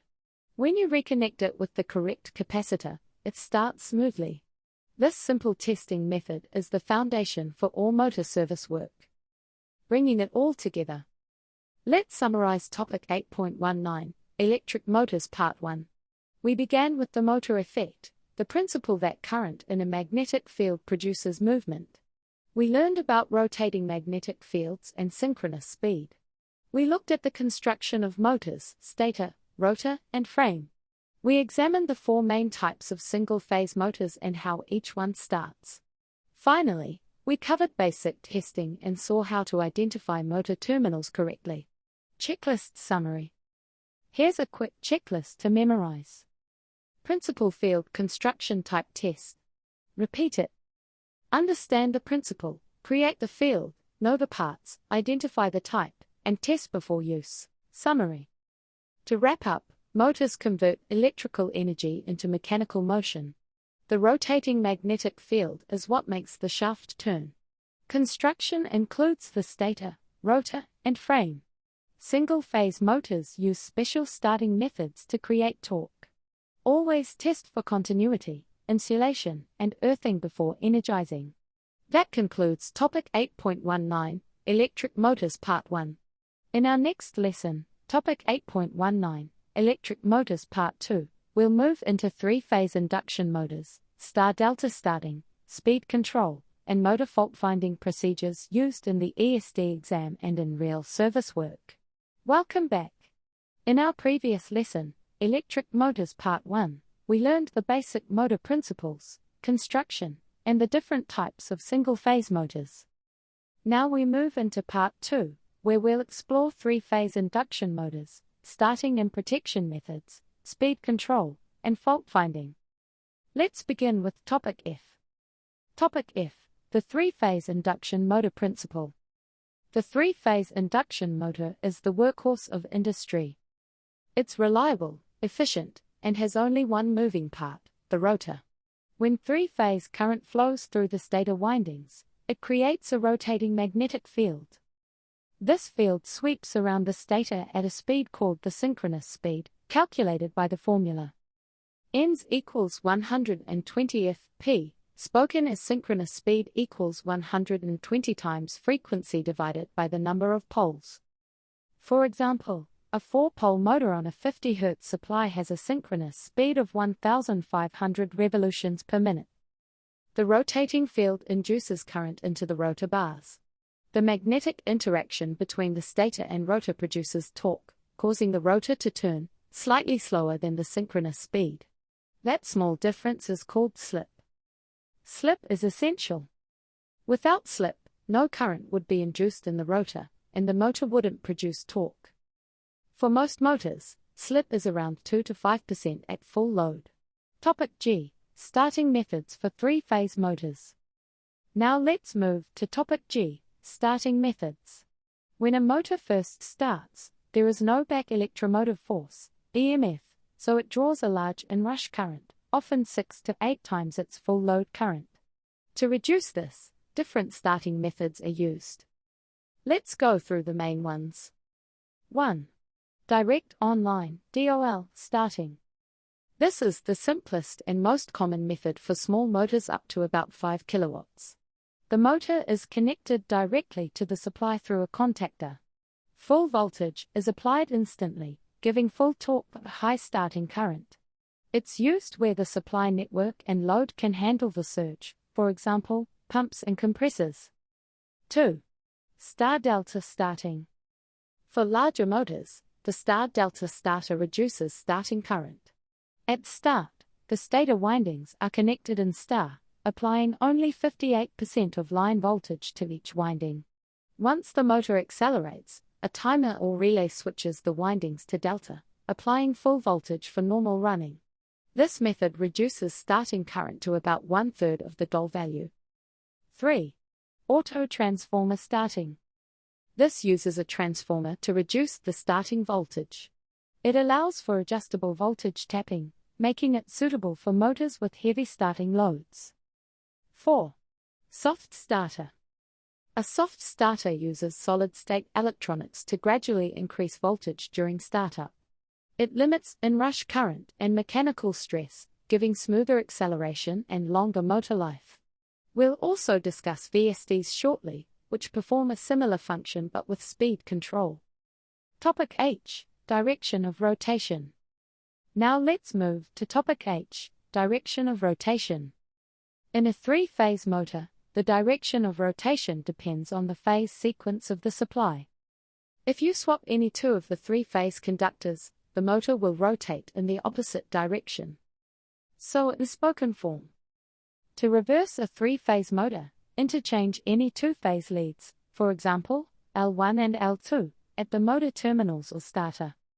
Always make sure the motor is stopped before reversing, unless the control system is specifically designed for plug reverse operation. Direction reversal is commonly used in hoists, conveyors and forward reverse control circuits. Topic I. Speed control of induction motors. Now for topic I. Speed control. The speed of an induction motor depends on 2 factors, the supply frequency and the number of poles. The formula we used earlier still applies. N equals 120 F P times 1 slip. To change the speed, you can 1. Alter the number of poles, which is fixed for most motors, or 2. Change the frequency, which is what variable speed drives, VSDs, do. Let's explain VSDs in spoken form. A variable speed drive converts fixed 230 or 400 volt AC supply into DC, then back into variable frequency AC.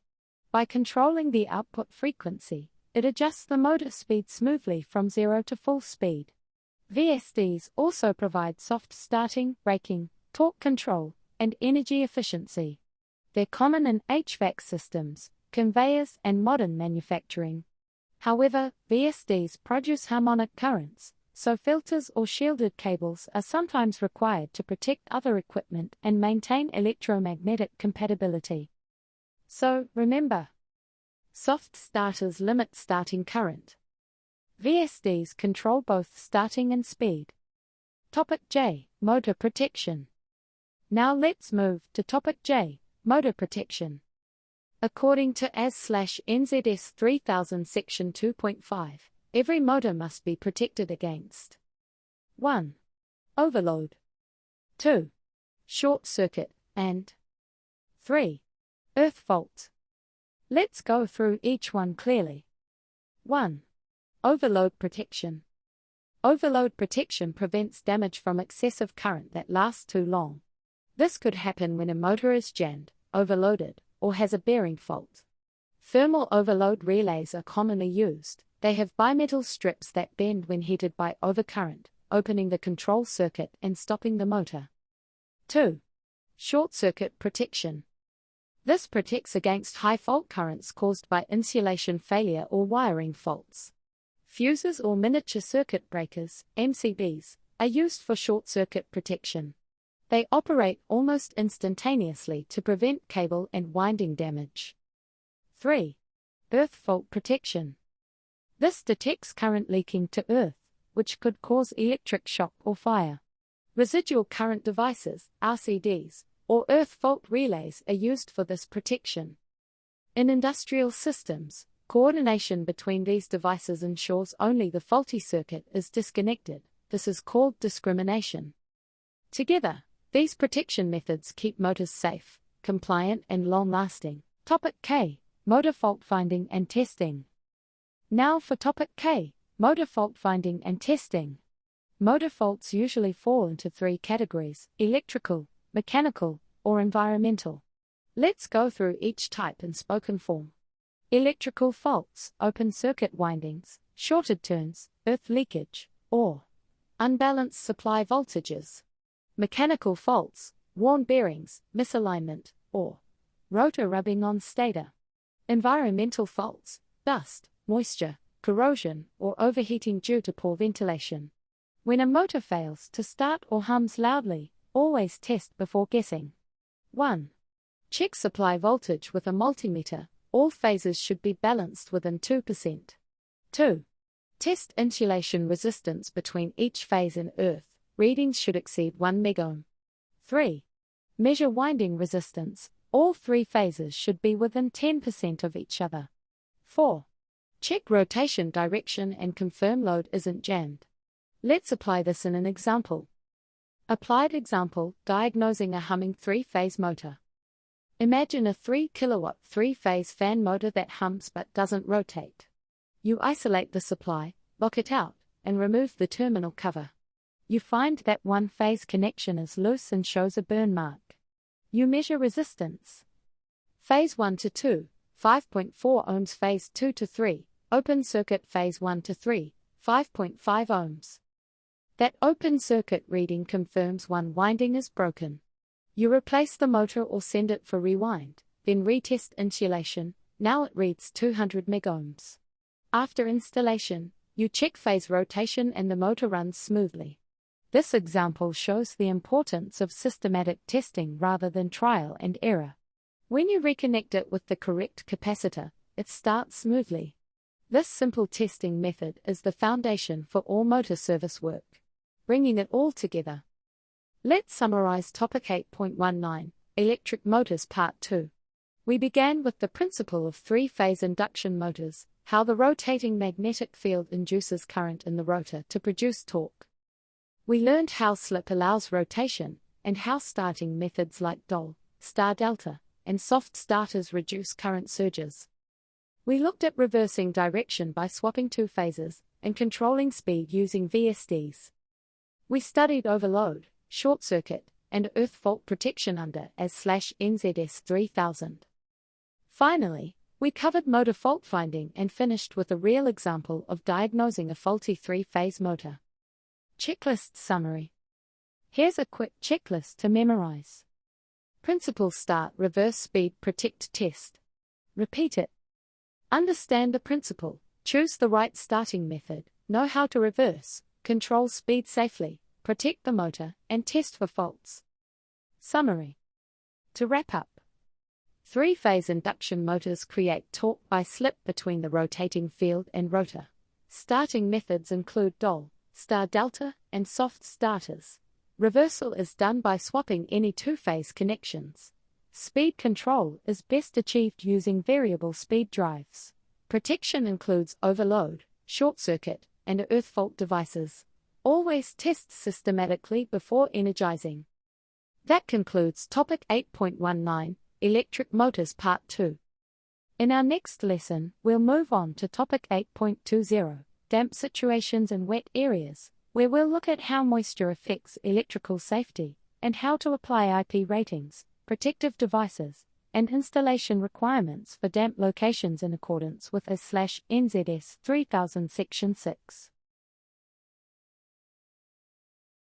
Welcome to this EWRB Electrical Service Technician Training course.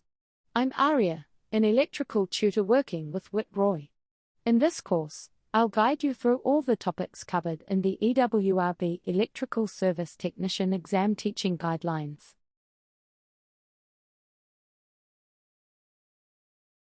Welcome back. In our last session, we learned how to test and tag equipment safely. Now, we move to Topic 8.20, Commission and Decommission Equipment and Appliances. This topic is practical. It's about the correct, safe, and professional way to disconnect, reconnect, and test conductors when installing or removing electrical appliances and machines. We'll follow four main sections, Topic A to Topic D, exactly as set out in your EWRB teaching guideline. Let's begin with Topic A. Topic A, Procedures for disconnecting and reconnecting conductors. Whenever we work on any fixed appliance or circuit, we must disconnect and reconnect conductors safely. This process follows the same logic as the lockout-tagout procedure from earlier topics, but now applied specifically to appliances and motors. Let's go step by step. Step 1. Isolation and tagging. Before disconnecting, always isolate the supply at the correct switchboard. Turn off the isolator or circuit breaker, lock it off with your personal padlock, and attach a danger tag showing your name, date, and contact. Then perform the prove, test, prove sequence. 1. Prove your tester on a known live source. 2. Test the circuit to confirm it's de-energized. 3. Prove the tester again to confirm it's working. Only when the test confirms 0 volts may you proceed. Step 2. Identifying conductors. As you disconnect conductors, label or mark each one clearly. Use identification sleeves or numbered markers for active, neutral, and earth. For three-phase circuits, also identify L1, L2, and L3, so you can restore the same phase sequence when reconnecting. Incorrect labeling leads to incorrect rotation or polarity later, so take your time here. Step 3. Making ends safe. Once disconnected, insulate all exposed conductor ends with tape or terminal blocks to prevent accidental contact. Bundle and secure cables so they can't be damaged or pulled back into conduits. If cables will remain unused, fit end caps or label them de-energized, do not use. Step 4. Protection and rotation. When reconnecting, check that your safety tag is still in place and isolation is still valid. Do another prove, test, prove. Then reconnect each conductor to its terminal, tightening the screws to the manufacturer's torque if specified. For three-phase motors, confirm correct direction of rotation by momentarily running the motor under supervision. If rotation is wrong, swap any two-phase conductors. Always test earthing, polarity, and insulation resistance before replacing covers and guards. In short, isolate, identify, make safe, reconnect, test and verify rotation.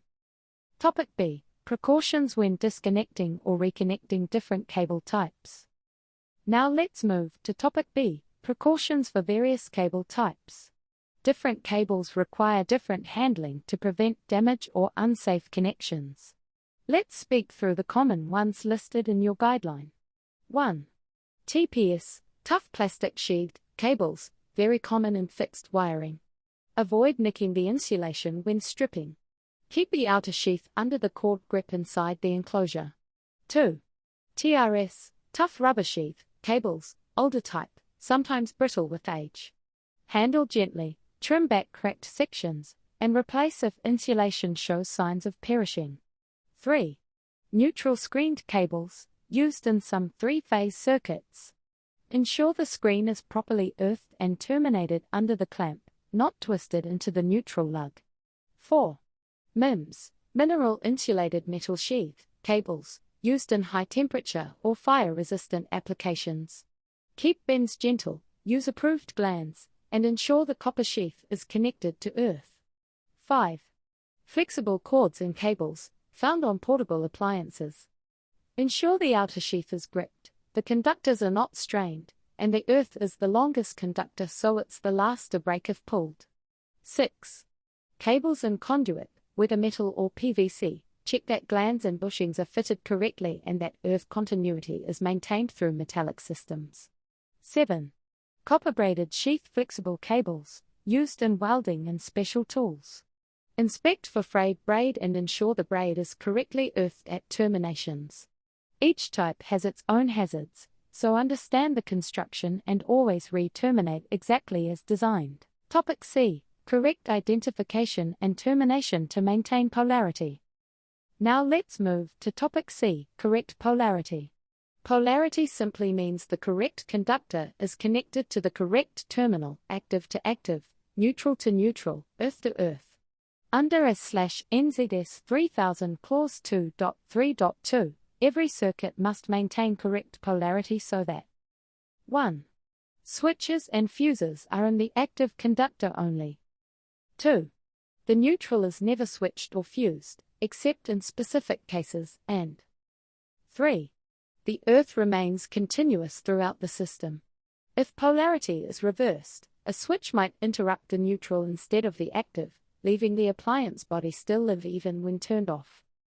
That's why every reconnection must include a polarity test using a meter or polarity indicator. In short, correct polarity means only the active is switched, and the metal parts stay safe to touch. Topic D. Consequences of interchanging conductors on a single-phase 230 V motor. Now for Topic D. What happens if conductors are interchanged? Let's go through each possible mistake one by one. 1. Active and neutral reversed. If the active and neutral are swapped, the motor may still run, but the switch and fuse could now be in the neutral conductor instead of the active. This means parts of the circuit remain live even when switched off, creating a serious electric shock hazard during maintenance. 2. Neutral and earth reversed. If the neutral is connected to the earth terminal, the metal body of the motor becomes energized whenever the circuit is live. Touching it could cause a severe electric shock. It also defeats RCD protection because the return path is no longer through the neutral conductor. 3. Active and earth reversed. If the active conductor is connected to the earth terminal, the entire motor frame and exposed metal parts become live at 230 volts. Any contact could be fatal, and protective devices might not operate immediately if fault impedance is high. These examples show why careful identification, polarity testing, and verification are absolutely essential before energizing. So remember this summary. Active and neutral reversed, dangerous switch position. Neutral and earth reversed, live frame. Active and earth reversed, deadly touch voltage. Always double-check connections before turning power back on. Applied example, disconnecting and reconnecting a single-phase pump motor. Let's finish with a practical example that brings topics A to D together. You're servicing a small 230-volt pump motor. You isolate the supply at the switchboard, lock it off, and attach your danger tag. You prove the circuit is dead using prove, test, prove. You mark the active, neutral, and earth conductors with colored sleeves before disconnecting. After completing the mechanical service, you reconnect each conductor to the correct terminal, tighten securely, and carry out 3 tests. 1. Continuity of the earth, less than 1 ohm. 2. Insulation resistance, greater than 1 megohm. 3. Polarity, switch and fuse in the active. You refit all covers and briefly energize to check rotation. The motor runs smoothly and safely. You record the results and remove your tag. That's a safe and fully compliant reconnection. Bringing it all together. Let's summarize Topic 8.20, Commission and Decommission Equipment and Appliances. We covered safe procedures for isolation, tagging, and identification of conductors, handling precautions for different cable types, the need for correct polarity, and the dangerous results of interchanging conductors on a single-phase motor. These steps are all part of commissioning and decommissioning under ES/NZS 3017 and the Electricity Safety Regulations 2010. Checklist summary. Here's a quick checklist to memorize. Isolate, tag, test, identify, reconnect, verify, record. Repeat it. Isolate, tag, test, identify, reconnect, verify, and record, every time. Summary. To wrap up, always isolate and lock out before disconnecting. Label all conductors as you remove them. Handle each cable type according to its material. Maintain correct polarity and verify before energizing. Understand the dangers of interchanging conductors. That concludes Topic 8.20, Commission and Decommission Equipment and Appliances. In our next lesson, we'll move on to Topic 8.21, Damp Situations and Wet Areas, where we'll explore protection methods, IP ratings, and special installation requirements for bathrooms, laundries, and outdoor environments under ES/NZS 3000 Section 6. Welcome to this EWRB Electrical Service Technician Training course. I'm Aria, an electrical tutor working with Whit Roy. In this course, I'll guide you through all the topics covered in the EWRB Electrical Service Technician Exam Teaching Guidelines.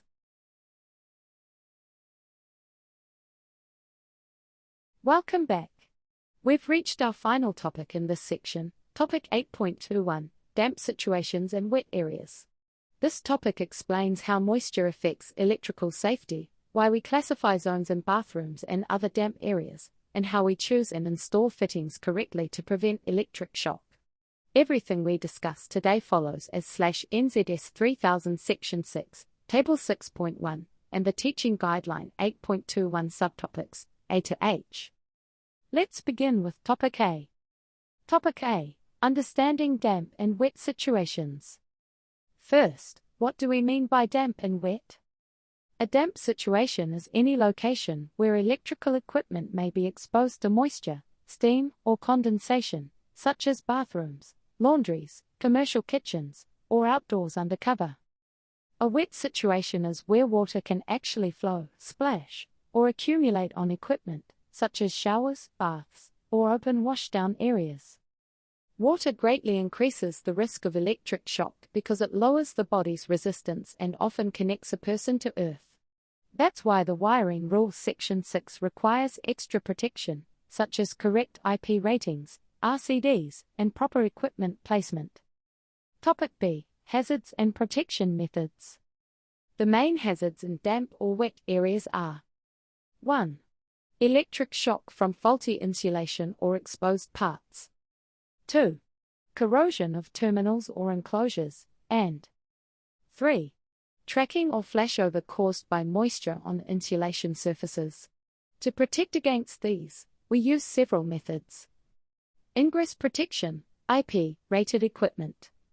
Residual current devices, RCDs. Equipotential bonding and earthing.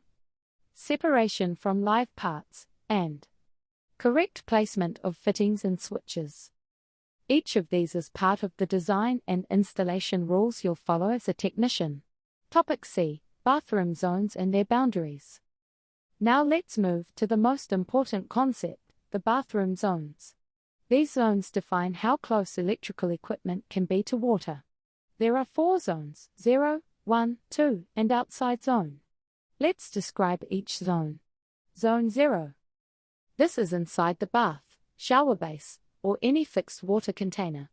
Equipment here must be designed to operate when completely immersed.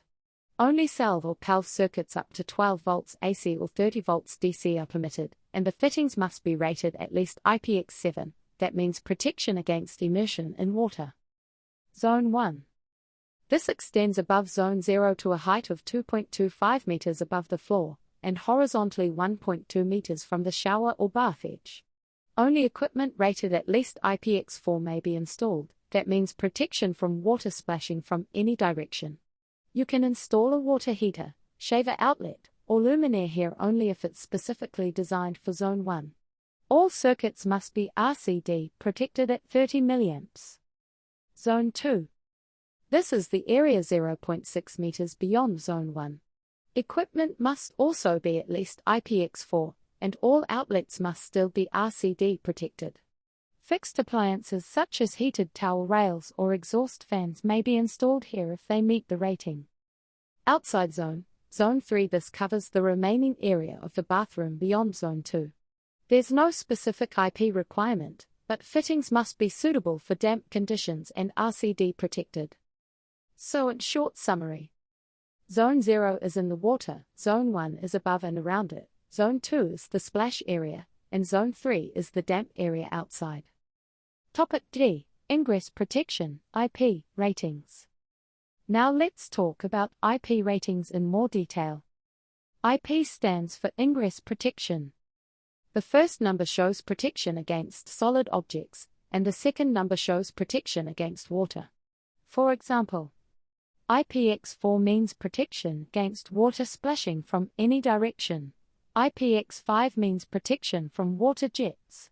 IPX7 means protection from temporary immersion. In bathrooms, Zone 0 requires IPX7. Zones 1 and 2 require IPX4, or IPX5 if water jets are used. Outside zone has no specific IP rating, but equipment must still be safe for moist conditions. Always check the manufacturer's rating before installation. Guessing is not good enough in damp locations. Topic E. RCD protection and earthing requirements. Now let's move to Topic E. RCD protection and earthing. Because of the increased shock risk, every circuit supplying equipment in a damp or wet area must be protected by a residual current device rated at 30 mA. RCDs detect leakage current to earth and disconnect the circuit within 30 milliseconds. They are mandatory for all socket outlets, all lighting and fan circuits in bathrooms, and any appliance within Zones 1 and 2. Earthing is equally important. All metallic pipes, fittings, and exposed conductive parts must be bonded together to maintain the same potential, reducing shock risk. This is called equipotential bonding, required by AS/NZS 3000 Clause 5.6.2. Topic F. Wiring systems and equipment placement. Now for Topic F. Wiring systems and equipment placement. Cables in damp areas must be protected from moisture and mechanical damage. Preferred wiring methods are TPS cables and conduit, neutral screened or MIMS cables where required, or double insulated flexible cords for portable fittings. Junction boxes or terminations must never be placed where water can collect. Install switches and socket outlets outside Zones 0 and 1. If possible, mount switches outside the bathroom entirely. Luminaires must be sealed and suitable for the zone's IP rating. A common rule of thumb: if water can reach it, seal it, isolate it, or move it. Topic G. Inspection and testing. Now let's move to Topic G. Inspection and testing. Before energizing a circuit in a damp or wet area, perform all standard tests from AS/NZS 3017. Continuity of earth conductors. Insulation resistance, greater than 1 megohm. Polarity. Operation of RCDs and switches, and functional test of equipment. You must also visually inspect that seals and gaskets are intact, glands are tightened, and covers are properly fitted. If moisture has entered a fitting, dry it out, replace seals and retest. Only when all results meet requirements should the equipment be energized. Topic H. Applied example: installing a bathroom light and fan unit. Let's bring everything together with a practical example. You're asked to install a combined light and fan unit in a domestic bathroom. You start by studying the layout. The fan will sit directly above the shower, so that's Zone 1. You check the manufacturer's rating. It's IPX4 and suitable for Zone 1. You isolate the lighting circuit, lock it off, and tag it. After confirming isolation, you install a TPS cable and PVC conduit to prevent moisture ingress. You bond all metallic fittings in the ceiling to the earth bar. The circuit is RCD protected at 30 mA. You perform insulation and polarity tests, all readings pass. After replacing covers, you energize the circuit under supervision. The fan and light operate correctly and safely. That's a compliant installation according to AS/NZS 3000 section 6.2. Bringing it all together. Let's summarize topic 8.21, damp situations and wet areas. We learned what defines a damp or wet location, the hazards involved, and the protective measures required. We described the 4 bathroom zones, their IP ratings, and where equipment can be installed. We explained the need for RCD protection, proper earthing, and suitable wiring methods. Finally, we saw how to apply these principles in a real-world bathroom installation. Checklist summary. Here's a simple checklist you can remember. Identify the zone, check IP rating, ensure RCD protection, bond and earth test and record. Let's repeat it. Identify the zone, check the rating, protect with an RCD, bond and earth, test and record. Summary. To wrap up. Damp and wet areas increase shock risk. Use correct IP-rated equipment for each zone.